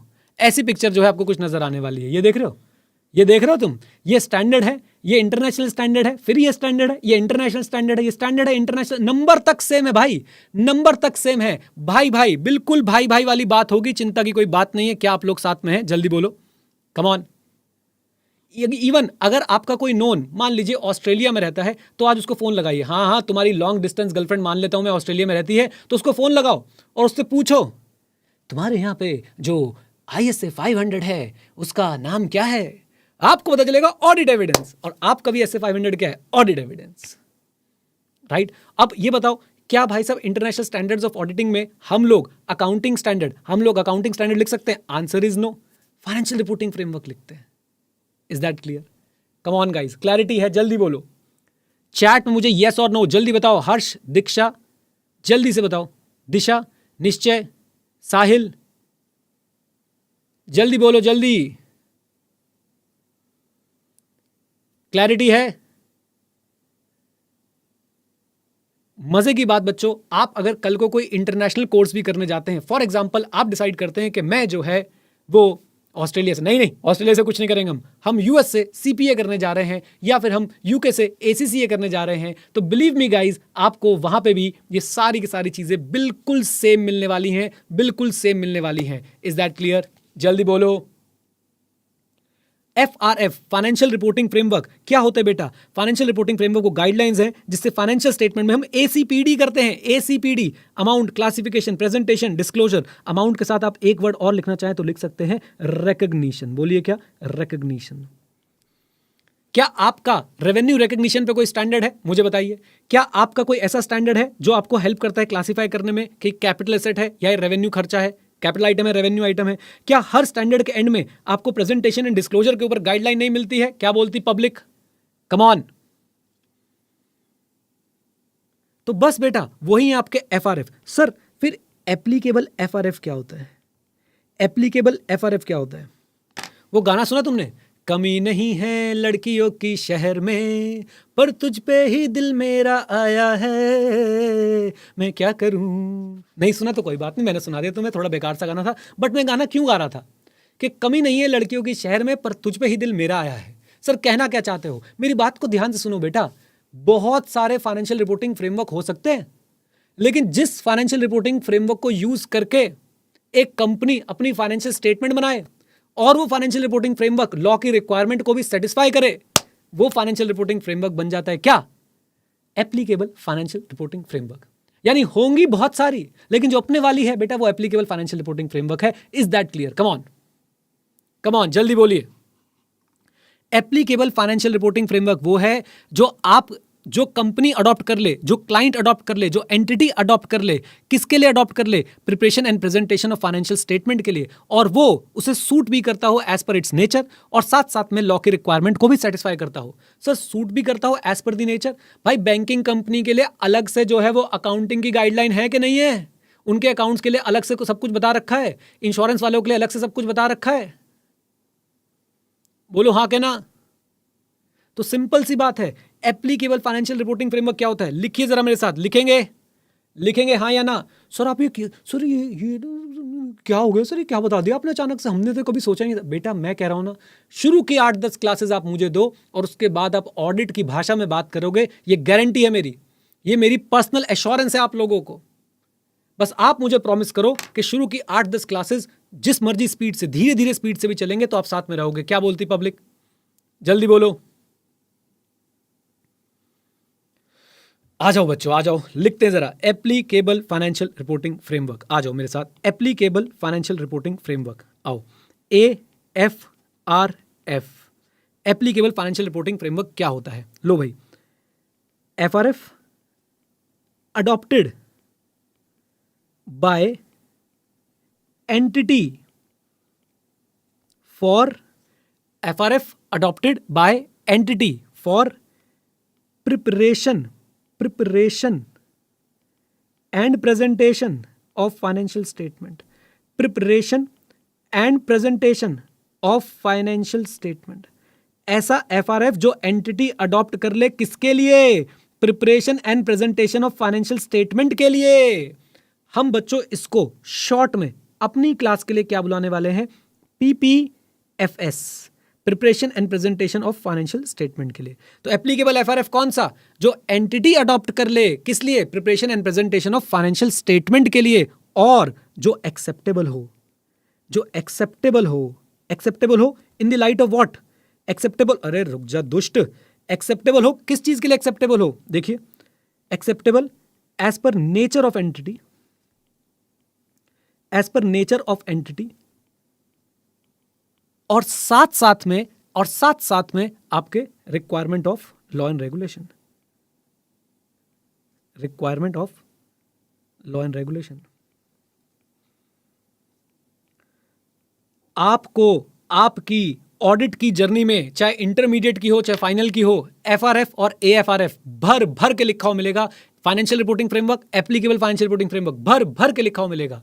और मैं आपको डे 1 पे क्लियर कर रहा हूं कि जहां भी लिखा आ जाए FRF, यानी जेनरिक बात हो रही है फाइनेंशियल रिपोर्टिंग फ्रेमवर्क, जहां पे बात आ जाए एप्लीकेबल फाइनेंशियल रिपोर्टिंग फ्रेमवर्क, हमारे वाले की बात हो रही है, हमारे वाले की। क्लियर है? जल्दी बोलो एवरीवन।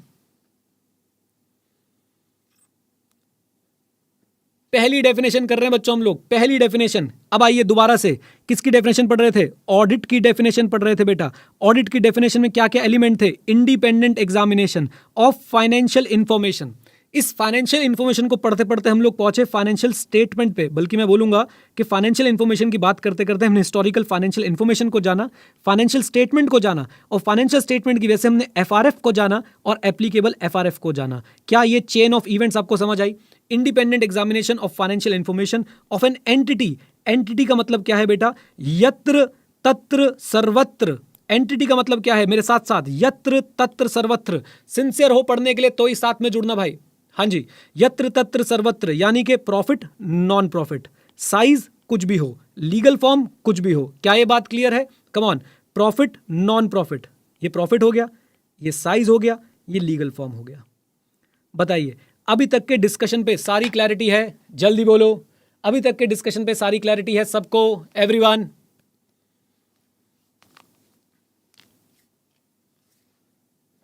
अब जरा बच्चों ध्यान से सुनिएगा।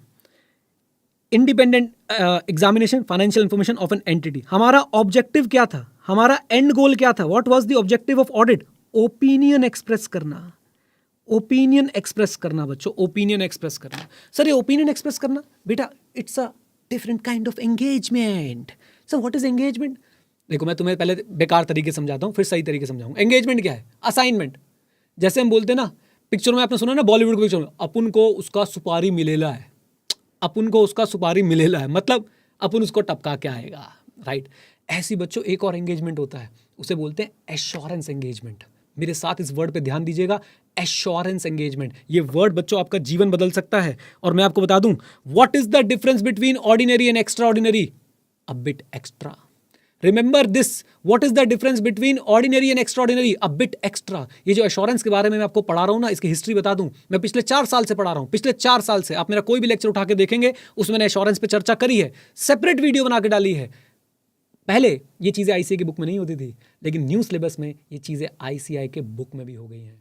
और मैं शुरू से पढ़ाता हुआ आ रहा हूं, क्योंकि मैं बिना एश्योरेंस समझाए ऑडिट समझा ही नहीं सकता, because audit is nothing, audit is a kind of assurance engagement. अभी एश्योरेंस एंगेजमेंट क्या होता है, मैं आपको समझाने की कोशिश करता हूं, जरा साथ में जुड़िएगा बच्चों। नया वर्ड आपको दे रहा हूं, एश्योरेंस एंगेजमेंट। ध्यान से ध्यान से ध्यान से ध्यान से, एवरीवन एवरीवन प्लीज साथ में रहिएगा। एश्योरेंस एंगेजमेंट समझाने के लिए बच्चों आपको ये डायग्राम समझना पड़ेगा। ये है हमारी प्यारी, क्या नाम रखें इसका? मल्लिका शेरावत नाम रखते हैं। मल्लिका, इसका नाम है बच्चों मल्लिका, राइट? मल्लिका ने लेनी है एक गाड़ी। मल्लिका ने लेनी है गाड़ी किससे? आर्यमन से। इसका नाम है आर्यमन, राइट? ध्यान से सुनते जाना पूरी स्टोरी को। हाँ जी, मल्लिका ने लेनी है गाड़ी आर्यमन से, राइट? और मल्लिका को भाई गाड़ियों के बारे में ज्यादा इंफॉर्मेशन है नहीं, मल्लिका को ज्यादा इंफॉर्मेशन गाड़ियों के बारे में है नहीं। तो मल्लिका ने क्या किया? मल्लिका चली गई भाई साहब इस व्यक्ति के पास, जो कि एक प्रैक्टिशनर है, जो कि गाड़ियों का एक्सपर्ट है, जिसको गाड़ियों की बहुत ज्यादा नॉलेज है, नॉलेजेबल व्यक्ति के पास। और मल्लिका ने बोला, आप एक काम करो, गाड़ी को चेक करो और मुझे एश्योरेंस दो, मुझे एश्योरेंस दो, मुझे एश्योरेंस दो कि गाड़ी वैसी ही है जैसा आर्यमन क्लेम कर रहा है, ये गाड़ी वैसी ही है जैसे आर्यमन क्लेम कर रहा है। कम ऑन गाइस, पहले बताओ ये बेसिक स्टोरी समझ आई? मल्लिका को लेनी है गाड़ी, गाड़ी बेचने वाला है आर्यमन, मल्लिका को गाड़ियों की नॉलेज नहीं है, मल्लिका गई है एक एक्सपर्ट के पास, गाड़ियों के एक्सपर्ट के पास, और मल्लिका ने इस एक्सपर्ट को एंगेज किया है कि आप ये गाड़ी चेक करके मुझे एश्योरेंस दो कि ये गाड़ी वैसी है जैसी आर्यमन क्लेम कर रहा है। कम ऑन, यस और no? This is an example of assurance engagement. This is an example of assurance engagement. जरा ध्यान से देखिएगा बच्चों, यहां पे आर्यमन को मैं एक नाम दे रहा हूं, रिस्पॉन्सिबल पार्टी। बोलिए क्या नाम दे रहा हूं? Responsible party, right? मल्लिका को मैं एक नाम दे रहा हूं, intended user, intended user, okay? और गाड़ी को मैं एक नाम दे रहा हूं, सब्जेक्ट मैटर, सब्जेक्ट मैटर। और इसको तो मैंने नाम दे दिया है प्रैक्टिशनर। अब जरा ध्यान से देखिए, ये प्रैक्टिशनर सब्जेक्ट मैटर को चेक करेगा। अब एक बात बताओ, कुछ तो स्टैंडर्ड होंगे ना जिनके अगेंस्ट चेक करेगा, कुछ तो स्टैंडर्ड होंगे जिनके अगेंस्ट चेक करेगा। गाड़ी को चेक करने के कुछ तो बेंचमार्क, कुछ तो स्टैंडर्ड, कुछ तो गाइडलाइंस, कुछ तो पॉलिसीज होंगी। कम ऑन, यस और नो?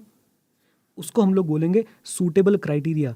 जिसके अगेंस्ट सब्जेक्ट मैटर चेक होता है उसे हम लोग बोलते हैं बेटा क्या? Suitable criteria. तो अब होगा क्या, जरा ध्यान से, ये प्रैक्टिशनर इस सब्जेक्ट मैटर को इस सूटेबल क्राइटेरिया के अगेंस्ट चेक करेगा, एविडेंस ऑब्टेन करेगा कि भाई ये सब्जेक्ट मैटर जो आर्यमन क्लेम कर रहा है वैसा ही है या नहीं है, और उसके बाद अपनी एक रिपोर्ट बना के अपनी एक रिपोर्ट बना के वो दे देगा मल्लिका को, यानी इंटेंडेड यूजर को। उस रिपोर्ट से मल्लिका का कॉन्फिडेंस जो है वो क्या हो जाएगा बेटा, बढ़ जाएगा। उस रिपोर्ट से मल्लिका का कॉन्फिडेंस जो वो क्या हो जाएगा, कम ऑन टेल मी, जल्दी बोलिए, बढ़ जाएगा कि हाँ आर्यमन सही कह रहा था क्योंकि मैंने एक एक्सपर्ट से चेक कराया है। कम ऑन गाइस, ये बात समझ आती है? ये बात समझ आती है सबको? कम ऑन टेल मी, जल्दी बोलो, ये बात समझ आती है? आप इसको कैसे भी एग्जांपल में ले सकते हो। अगर आप एक घर ले रहे हो और आपको नहीं पता भाई रियल एस्टेट कैसे काम करता है, तो आप एक्सपर्ट को एंगेज करते हो कि भाई घर को चेक कर लो, जो जो चीज़ें क्लेम कर रहे हैं, जो कागज ये दिखा रहे हैं, वो कागज एज पर दी स्टेट गाइडलाइन है या नहीं, जो भी आपकी रियल एस्टेट की अथॉरिटी है उसके हिसाब से है या नहीं। और उसके बाद वो एक्सपर्ट आपको रिपोर्ट में लिख के ओपिनियन देगा कि हाँ हाँ ये सारे के सारे कागज जो हैं वो पूरे हैं। इससे आपका कॉन्फिडेंस क्या हो जाएगा, इंक्रीज हो जाएगा। और इसी एंगेजमेंट को बच्चों हम लोग क्या बुलाते हैं, एश्योरेंस एंगेजमेंट बुलाते हैं। मेरे साथ बताओ क्या बुलाते हैं, कम ऑन टेल मी, जल्दी बोलिए, एश्योरेंस एंगेजमेंट बुलाते हैं। एश्योरेंस एंगेजमेंट मैं आपको बोल रहा हूं कि बेटा मैं तो आपको कितने सालों से पढ़ाता आ रहा हूं, आईसीए ने अभी अभी जो है अपनी बुक में डाला है, अब हम आपको वो भी एग्जैक्टली पढ़ाने वाले हैं, चिंता मत कीजिए। ये देखिए, इधर देखिए, इधर देखिए, मीनिंग ऑफ एश्योरेंस एंगेजमेंट, ये institute of chartered accountants of India के सिलेबस से जो है बच्चों मैं आपको पढ़ा रहा हूं इस समय, जरा ध्यान से देखिएगा, बहुत ध्यान से देखिएगा। एश्योरेंस एंगेजमेंट क्या होता है? पहले तो एंगेजमेंट क्या होता है? एंगेजमेंट सिंपली एक अरेंजमेंट टू डू समथिंग, जैसे वही अपन को सुपारी मिलेली है तो ये भी एक एंगेजमेंट है भाई, राइट? आपने किसी को हायर किया है तो वो एक एंगेजमेंट है। आपने किसी के साथ कोई अरेंजमेंट किया है किसी पर्टिकुलर वर्क के लिए, वो एक एंगेजमेंट है। सुनिएगा जरा ध्यान से। In the context of auditing it means formal agreement between auditor and client under which he agrees to provide auditing services. It take the shape of engagement letter. ये अभी आपको पढ़ने की जरूरत नहीं है, इग्नोर कर दीजिए। अभी जरा यहाँ पे आइए, अभी जरा यहाँ पे आइए। एश्योरेंस एंगेजमेंट क्या होता है? एश्योरेंस एंगेजमेंट में एक प्रैक्टिशनर होगा जो एविडेंस ऑब्टेन करता है जिससे इंटेंडेड यूजर का कॉन्फिडेंस बढ़ता है। एक प्रैक्टिशनर होगा जो एविडेंस ऑब्टेन करता है जिससे इंटेंडेड यूजर का कॉन्फिडेंस बढ़ता है। और याद रखिएगा बच्चों, वो एविडेंस इकट्ठा करता है, वो जो सब्जेक्ट मैटर होता है वो बनाता कौन है? Responsible party. जो सब्जेक्ट मैटर होता है वो बनाता कौन है? सब्जेक्ट मैटर कौन क्रिएट करता है? Responsible party. और सब्जेक्ट मैटर को हम लोग किसके अगेंस्ट चेक करते हैं? क्राइटेरिया के अगेंस्ट। अब जरा 1 मिनट मुझे और दीजिए, फिर आपको जो है फील आएगी ऑडिटिंग की। अब मैं जरा चेंज कर देता हूं यहां पे बच्चों, मान लीजिए ये है एक्स, ये कंपनी है, इस कंपनी ने फाइनेंशियल स्टेटमेंट्स बनाए हैं। ये एक्स एक ऑडिटर को जो है वो क्या करता है?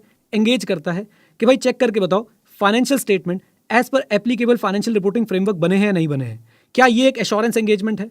क्या ये एक एश्योरेंस एंगेजमेंट है? मुझे बताइए, कम ऑन, यस और नो। क्या ये एक एश्योरेंस एंगेजमेंट है? कम ऑन, जल्दी बोलिए, क्या ये एक एश्योरेंस एंगेजमेंट है? जल्दी बोलिए। Answer is yes. यहां पे जो बेटा ये एक्स है ये हो गया इंटेंडेड यूजर, फाइनेंशियल स्टेटमेंट हो गए सब्जेक्ट मैटर, ये जो कंपनी है ये बन गई रिस्पॉन्सिबल पार्टी, ये जो एप्लीकेबल एफआरएफ है ये बन गया बेटा हमारे लिए क्या? Criteria, suitable criteria. और ऑडिटर बन गया प्रैक्टिशनर।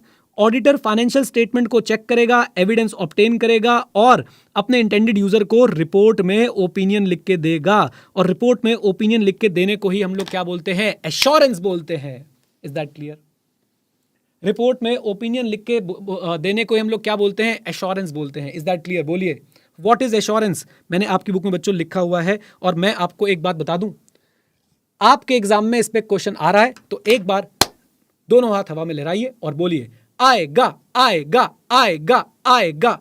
आपके एग्जाम में बच्चों ये क्वेश्चन आएगा। एश्योरेंस क्या होती है, उसके एलिमेंट्स क्या होते हैं? फर्स्ट इंपॉर्टेंट क्वेश्चन आपके आने वाले एग्जाम्स के लिए मैं आपको बता रहा हूं कि इसके सुपर हाई चांसेस हैं। वीडियो यहीं रहेगी, मार्क करके रख लीजिएगा। और जब एग्जाम में आए तो मैं आपको एक शेर सुनाता हूं कि दिल जो टूटेगा तो फरियाद करोगे तुम भी, एग्जाम में जब ये क्वेश्चन आएगा तो हमें याद करोगे तुम भी। ये बेटा आपके एग्जाम में आने वाला है, ये मैं आपको लिख के दे चुका हूं। ये लो, ये मैं यहां पे बोल रहा हूं आपको, ये एग्जाम में आएगा, एग्जाम में आएगा, एग्जाम में आएगा। आज बता दिया मैंने इतने महीने पहले आपको। क्या पूछेंगे? एश्योरेंस एंगेजमेंट क्या होता है? आइए रीड करवाऊं आपको। रीड करोगे कि नहीं करोगे? पहले मुझे बताओ, रीड करोगे कि नहीं करोगे? मुझे बताओ। रीड करना बहुत ज्यादा जरूरी है बच्चों, नहीं तो कीवर्ड नहीं मिलेंगे। एश्योरेंस एंगेजमेंट एक ऐसा एंगेजमेंट जिसमें क्या होता है? एक प्रैक्टिशनर एविडेंस ऑब्टेन करता है, एविडेंस ऑब्टेन करता है और उसके बाद वो अपना कंक्लूजन एक्सप्रेस करता है, बेसिकली ओपिनियन एक्सप्रेस करता है ताकि कॉन्फिडेंस बढ़ पाए। किसका कॉन्फिडेंस बढ़ पाए? इंटेंडेड यूजर का कॉन्फिडेंस बढ़ पाए। किस चीज के अगेंस्ट वो, किस चीज के लिए वो एविडेंस ऑब्टेन करता है? सब्जेक्ट मैटर के लिए, जो किसने बनाया था, रिस्पॉन्सिबल पार्टी ने। किसके अगेंस्ट चेक करता है? क्राइटेरिया के अगेंस्ट। सारे कीवर्ड्स तुम्हारे भाई ने लाल करके दिए हैं तुम्हें पहले से ही, सारे कीवर्ड्स लाल करके दे रखे हैं। क्लियर है? एश्योरेंस क्लियर है? प्रैक्टिशनर एविडेंस लेगा, ओपिनियन देगा, इंटेंडेड यूजर को ओपिनियन देगा, किस पे? सब्जेक्ट मैटर पे। जो सब्जेक्ट मैटर किसने बनाया? रिस्पॉन्सिबल पार्टी ने। किसके अगेंस्ट चेक करेगा? क्राइटेरिया के अगेंस्ट चेक करेगा। साथ में हो कि नहीं? जल्दी बताओ, जल्दी बोलो। आओ एक बार और इसका नीचे वाला पार्ट भी आपको रीड कराता हूं, इधर देखिए। Giving assurance means offering an opinion on specific information so that the users of that information are able to make confident decision, knowing that the risk of information being incorrect is reduced. ये बता दूं किस में आएगा? ये बेटा आपका MCQ में या करेक्ट इनकरेक्ट में आएगा। ये मैं आपको मार्क करके बता रहा हूं, ये आपका एमसीक्यू में या करेक्ट इनकरेक्ट में आएगा, यही वाली लाइन। कि एश्योरेंस से क्या होता है? एश्योरेंस से एक इंसान कॉन्फिडेंट डिसीजन ले पाता है या उसका कॉन्फिडेंस और गिर जाता है?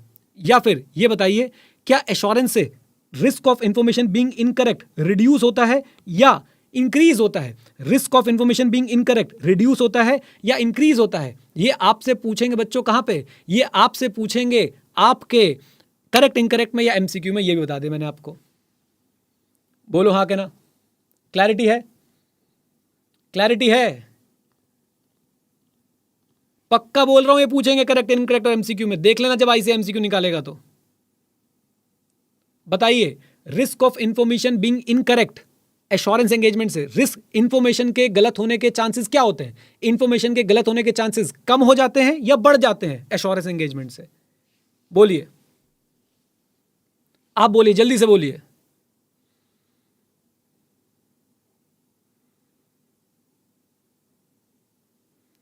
रिड्यूस हो जाते हैं। और मैं आपको बताऊं बच्चों, एक बात, मेरी बात जरा आंखों में आंखें डाल के सुनना। यही छोटी छोटी बातें हैं जो बच्चे पढ़ के नहीं जाते हैं। यही छोटी छोटी बातें हैं जो बच्चे पढ़ के नहीं जाते हैं, फिर एग्जाम से रोते रोते हुए आते हैं और फिर जाके हमारे पास क्लास लगाते हैं। तो भाई पहले ही पढ़ के चले जाओ ना, पहले ही पढ़ के चले जाओ। मैं ये नहीं कह रहा कि भाई हमारे पढ़ाए वो सारे बच्चे पास होते हैं, लेकिन जो साथ में बैठ के सारी बातें सुन ले, मॉक टेस्ट दे दे, रिवीजन कर ले, वो पास हो जाएगा। प्रॉब्लम क्या है कि आप लोग ना सिलेक्टिव स्टडी करना चाहते हो। प्रॉब्लम ये है कि आप लोग सिलेक्टिव स्टडी करना चाहते हो और बच्चों फिर वहां पे दिक्कत होती है। सीए का एग्जाम है, तुम्हारे बीकॉम का एग्जाम नहीं है कि भाई सब किंग चैंपियन उठाई, 10 ईयर्स उठाए, सतीश ब्रदर उठाए और जाके पेपर दिया है। ये है the institute of chartered accountants of India का सीए इंटरमीडिएट का एग्जाम। और यहां पे इंस्टीट्यूट एक वर्ड को पकड़ेगा और आपसे क्वेश्चन पूछ लेगा। अब एक बात बताओ, मैं अपने पढ़ाने में कमी नहीं छोड़ूंगा। अब आप सोचो, अगर आप ये लाइन छोड़ जाते तो क्या होता बेटा? पछताते एग्जाम के अंदर, पक्की बात है। और इसमें इन दोनों में इतना फोकस क्यों कर रहा हूं? क्वेश्चन पूछेंगे इसमें से। अच्छा इधर देखो, एलिमेंट्स देखो, elements of assurance engagement. Sir आप इतने श्योर कैसे हो रहे हो कि इसमें से क्वेश्चन पूछेंगे? बताऊंगा, बताऊंगा, पक्का बताऊंगा। इधर देखो, सबसे पहले एलिमेंट, कितनी पार्टी होती है भाई साहब एश्योरेंस एंगेजमेंट में? 3। कौन कौन? Intended user, responsible party, practitioner. Intended user, responsible party, practitioner. Responsible party कौन? जो सब्जेक्ट मैटर बनाता है। इंटेंडेड यूजर कौन? जो सब्जेक्ट मैटर का यूजर है। और प्रैक्टिशनर कौन? जो सब्जेक्ट मैटर पे ओपिनियन देगा। हाँ जी, कितनी पार्टी होती है? जल्दी बोलो। 3 पार्टी होती है बेटा, 3 पार्टी। एक होता है प्रैक्टिशनर, एक होता है इंटेंडेड यूजर, एक होती है responsible party. Is that clear? बोलो, आ जाओ इधर देखते हैं। अब रीडिंग, अच्छा एक बात बच्चों, मैं को बार बार बोलूंगा, अगर सिर्फ समझ के जा रहे हो, तुम भाई साहब खुद लिख के आ रहे हो कि मैं पास नहीं होना चाहता, समझने के बाद रीडिंग, रीडिंग के बाद भाई साहब कीवर्ड्स, कीवर्ड्स मैंने तुम्हारे लिए पहले ही लाल कर दिए हैं। लाली मासी लाल किरणें यहां पे दिख रही है कि नहीं दिख रही है तुम्हें? आ जाओ। So assurance engagement involves above said 3 parties. क्या यहां पे भी मुझे एक एमसीक्यू दिख रहा है? 100% एमसीक्यू दिख रहा है। अ practitioner is a person who provides assurance. The term practitioner is broader then auditor. याद रखिएगा, एश्योरेंस में ऑडिट एक एश्योरेंस एंगेजमेंट है। क्या और प्रकार के भी एश्योरेंस एंगेजमेंट हो सकते हैं या सिर्फ ऑडिट ही एश्योरेंस एंगेजमेंट? ना ना ना ना ना ना ना ना ना ना, गाल नहीं कड़नी। जरा ध्यान सुनना बेटा, every audit is N assurance engagement. Soon low, every audit is N assurance engagement. Every audit is N assurance engagement, but every assurance engagement is not an audit. Her audit एक एश्योरेंस एंगेजमेंट है, हर audit एक assurance engagement है, लेकिन हर assurance engagement audit नहीं होता। मैं आपको समझाऊंगा इसको बहुत डिटेल में। बहुत प्रकार के एश्योरेंस एंगेजमेंट्स होते हैं, audit is one of the assurance engagement, याद रखेंगे। बोलिए बोलिए, आ जाइए। तो ऑडिट किससे रिलेट करता है? हिस्टोरिकल फाइनेंशियल इंफॉर्मेशन से। प्रैक्टिशनर तो भाई साहब किसी भी चीज, मैंने तो गाड़ी वाला एग्जांपल दिया, क्या वो भी एक एश्योरेंस एंगेजमेंट है? हाँ, वो भी एक एश्योरेंस एंगेजमेंट है क्या? आंसर इज यस, वो भी एक एश्योरेंस एंगेजमेंट है। कल को भाई साहब मैं अपने घर का स्ट्रक्चरल ऑडिट करवाना चाहता हूं कि मेरे घर का स्ट्रक्चर सही है कि नहीं, वो भी एक एश्योरेंस एंगेजमेंट है। Is that clear to everyone? Come on, बोलो,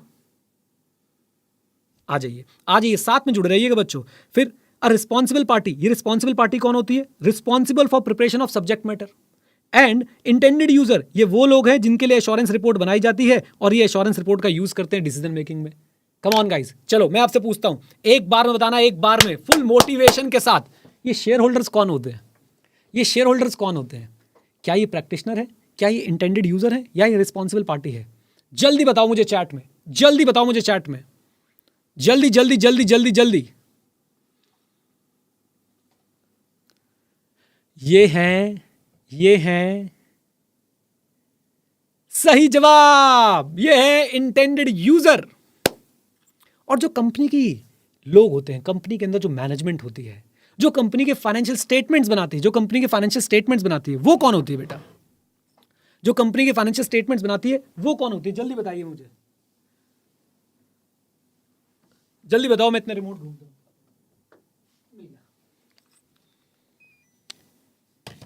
वो होती है रिस्पॉन्सिबल पार्टी। अच्छा, आपने चूज करके बताना है फाइनेंशियल स्टेटमेंट्स क्या होते हैं। फाइनेंशियल स्टेटमेंट्स क्या होते हैं? ये जो हम एलिमेंट्स पढ़ रहे थे, फाइनेंशियल स्टेटमेंट्स में से क्या होंगे बेटा? कम ऑन, ये लो, चूज करो, फाइनेंशियल स्टेटमेंट्स क्या होते हैं? Come on, financial statement, come on, मजा आएगा बच्चों। ये मैं कह रहा हूं, ये टॉपिक में से पेपर में क्वेश्चन आ रहा है।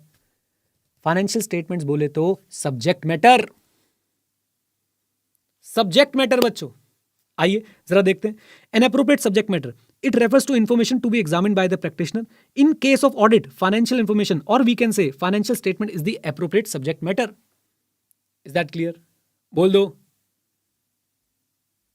डन। और who is responsible for subject matter? अभी सिर्फ यही वर्ड पढ़ना, मैनेजमेंट, दोस्त जावेद गवर्नेंस अलग से पढ़ाऊंगा आपको। अच्छा, सूटेबल क्राइटेरिया, आप मुझे ऑडिट का टर्म दो, सूटेबल क्राइटेरिया क्या होता है? सूटेबल क्राइटेरिया क्या होता है? मैं आपको हिंट देता हूं, आप लोग बताना।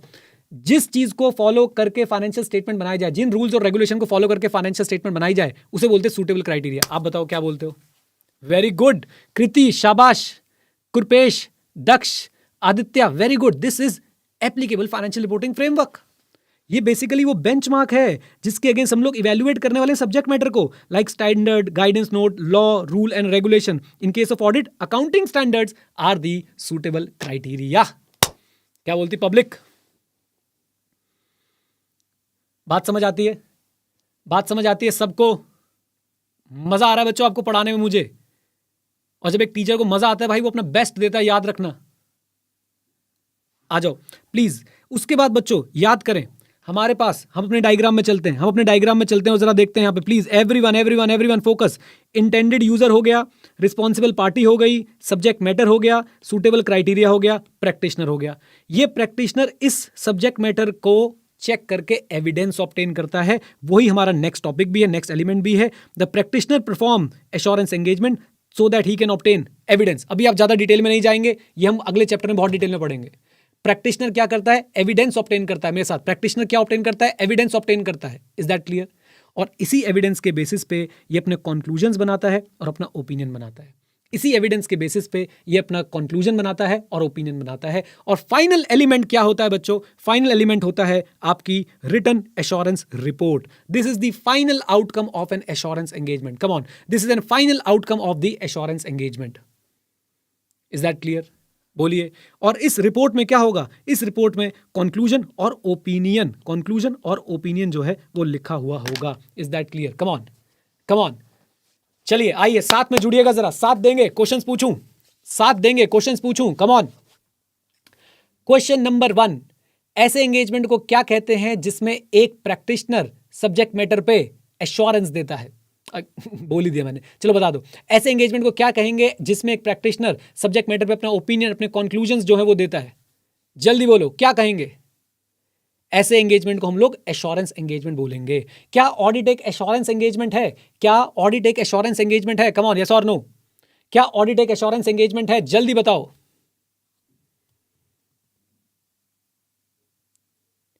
Answer is yes yes yes yes yes. Audit एक एश्योरेंस एंगेजमेंट है।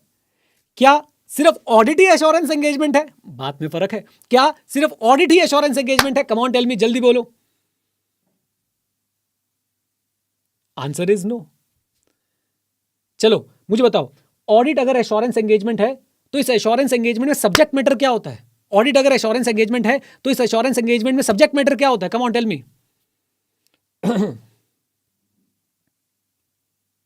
Very good, financial statements. ये क्लैरिटी हमेशा रहनी चाहिए बच्चों। फाइनेंशियल स्टेटमेंट, हम फाइनेंशियल स्टेटमेंट को डैश के अगेंस्ट चेक करते हैं। हम फाइनेंशियल स्टेटमेंट को डैश के अगेंस्ट, यहां पे मुझे टेक्निकल टर्म चाहिए एश्योरेंस वाला, डैश डैश के अगेंस्ट चेक करते हैं। फाइनेंशियल स्टेटमेंट को डैश के अगेंस्ट चेक करते हैं। What is dash? Suitable criteria के अगेंस्ट चेक करते हैं। राइट, सूटेबल क्राइटेरिया के अगेंस्ट चेक करते हैं। सूटेबल क्राइटेरिया हो गया applicable financial reporting framework. Come on guys, जल्दी बोलिए। ये फाइनेंशियल, मैं करेक्ट इनकरेक्ट पूछ रहा हूं, आपने करेक्ट इनकरेक्ट लिख के आंसर देना है। इधर यू विल राइट करेक्ट और incorrect. Here is my question, please listen to me carefully, please listen to me carefully. The financial statements are prepared by intended users. The financial statement are prepared by intended users. Come on tell me, जल्दी बोलिए। The financial statements are prepared by intended users. Come on tell me. This is incorrect. Financial statements are prepared by responsible party. हाँ जी, financial statement are prepared by, come on tell me everyone, जल्दी बोलो, responsible party. चलो आ जाओ आ जाओ। Exam में बच्चों इस टॉपिक से क्वेश्चन क्या क्या आ सकता है? सबसे पहले तो आपके इस एश्योरेंस एंगेजमेंट पे ही आपसे करेक्ट इनकरेक्ट पूछ सकते हैं, एमसीक्यू पूछ सकते हैं डायरेक्ट। उसमें बच्चों आपको ये कीवर्ड्स लिख के आने पड़ेंगे। आपको ये पता होना चाहिए एश्योरेंस एंगेजमेंट में एक प्रैक्टिशनर होता है जो सब्जेक्ट मैटर को सूटेबल क्राइटेरिया के अगेंस्ट चेक करता है, एविडेंस ऑब्टेन करता है, इंटेंडेड यूजर को रिपोर्ट देता है, सब्जेक्ट मैटर बनाने वाली पार्टी को रिस्पॉन्सिबल पार्टी कहते हैं। ये पता होना चाहिए आपको। फिर आपसे बच्चों एक डायरेक्ट क्वेश्चन, जो मैं बोल रहा था ना कि हम कोशिश करेंगे कि 70% क्वेश्चन ऐसे लग जाएं बच्चों जो हमने करे हुए हो, और उसमें से एक डायरेक्ट क्वेश्चन पता है क्या बनता है? Discuss the 5 elements of assurance engagement. 5 element discuss करने होंगे एश्योरेंस एंगेजमेंट के। क्या आप कर पाएंगे? सबसे पहले नंबर ऑफ पार्टीज, उसके बाद सब्जेक्ट मैटर, फिर सूटेबल क्राइटेरिया, फिर एविडेंस, और फिर एश्योरेंस रिपोर्ट। सर आपने एविडेंस बहुत डिटेल में नहीं पढ़ाया। बेटा, मेरे प्यारे बेटा, एविडेंस के लिए अलग से एक चैप्टर है, चिंता मत करिए। ऑडिट एविडेंस का एक डेडिकेटेड चैप्टर है, वहां पे पढ़ लेंगे। बताइए, क्लैरिटी है? क्लैरिटी है यहां तक? जल्दी बोलो। और लाइक नहीं किया तो अभी लाइक करो, लाइक करो। इसका टारगेट रखते हैं भाई साहब 1500 लाइक्स का।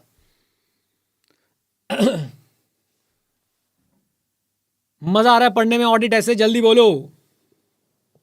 फुल एनर्जी, फुल वाइब, एकदम बढ़िया वाली।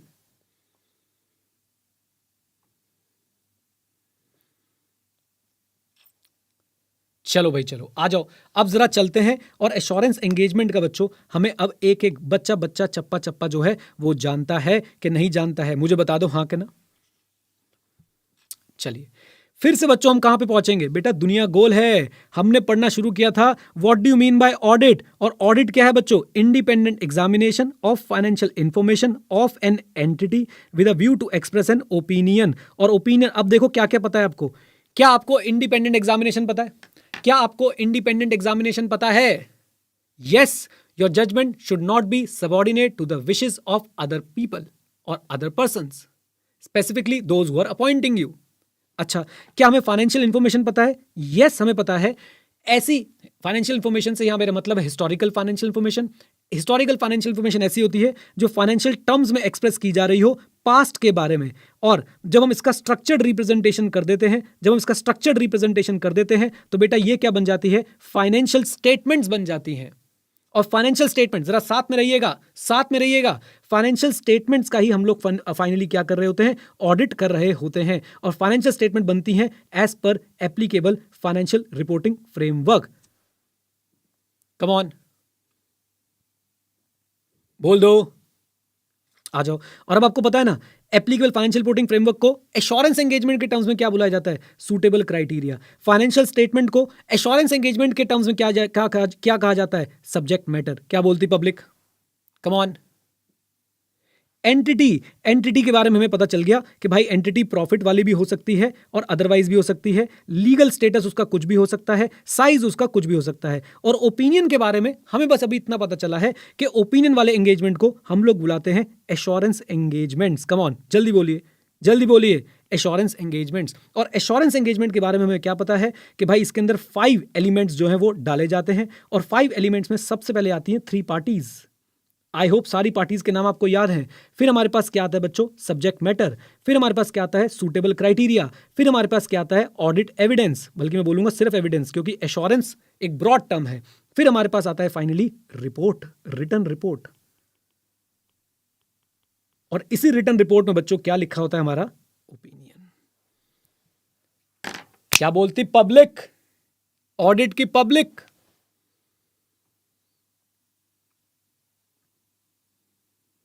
डन।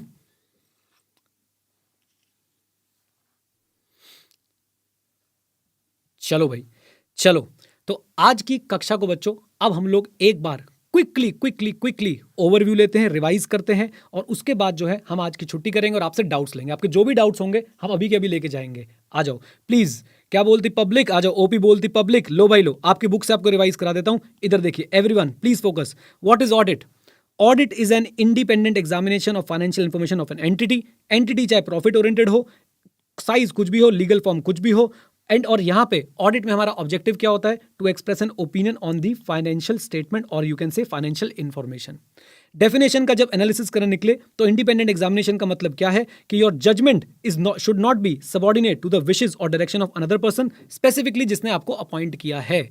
ऑडिट सिर्फ एक प्रकार की एंटिटी का नहीं, वेरियस एंटिटीज का हो सकता है। उसमें नॉन प्रॉफिट भी आती हैं, साइज भी कुछ भी हो सकता है, लीगल फॉर्म कुछ भी हो सकता है।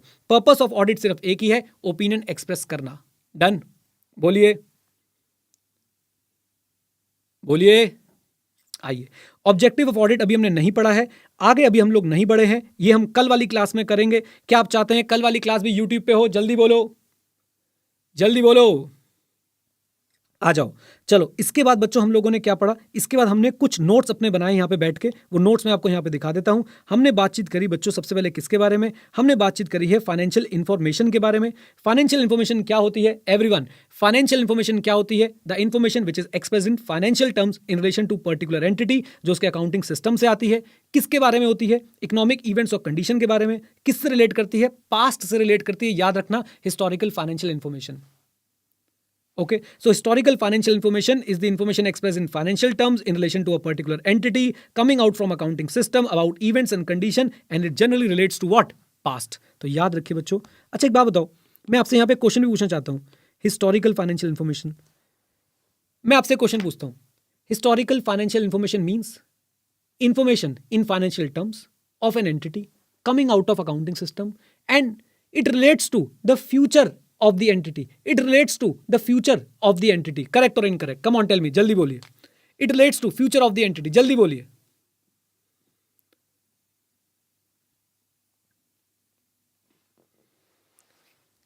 ये क्वेश्चन इंस्टीट्यूट ने 3 बार पूछा है सी इंटरमीडिएट के एग्जाम में।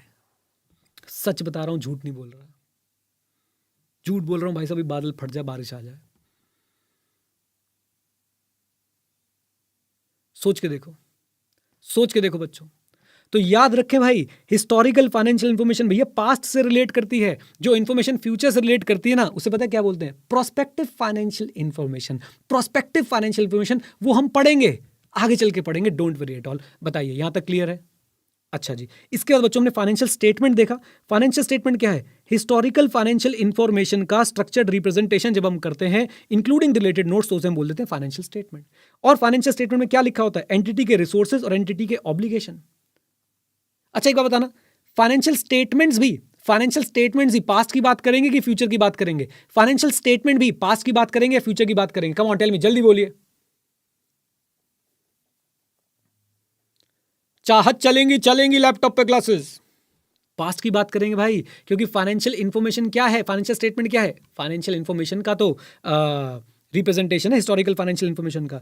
एंड हमने ये पढ़ा कि फाइनेंशियल स्टेटमेंट क्या होती है as per applicable financial reporting framework जो बनती है। नाउ अब फाइनेंशियल रिपोर्टिंग फ्रेमवर्क क्या होता है बेटा? फाइनेंशियल रिपोर्टिंग फ्रेमवर्क वो गाइडलाइंस, बल्कि अब तो एक वर्ड लिख सकते हो ना यहाँ पे, फाइनेंशियल रिपोर्टिंग फ्रेमवर्क वो क्राइटेरिया होते हैं जिससे फाइनेंशियल स्टेटमेंट में हम लोग अमाउंट क्लासिफिकेशन, प्रेजेंटेशन और डिस्क्लोजर करते हैं। अमाउंट क्लासिफिकेशन, प्रेजेंटेशन और डिस्क्लोजर करते हैं। और एप्लीकेबल फाइनेंशियल रिपोर्टिंग फ्रेमवर्क क्या होता है? ये वो एफआरएफ होता है जो एंटिटी अडॉप्ट करती है। याद है ना? है तो बहुत सारी, लेकिन हमारे वाली कुछ और है, राइट? तो एप्लीकेबल ये फाइनेंशियल रिपोर्टिंग फ्रेमवर्क है जो एंटिटी अडॉप्ट कर लेती है for preparation and presentation of financial statement, और जो एक्सेप्टेबल होता है as per nature of entity and requirement of law and regulation. Done? बोलिए।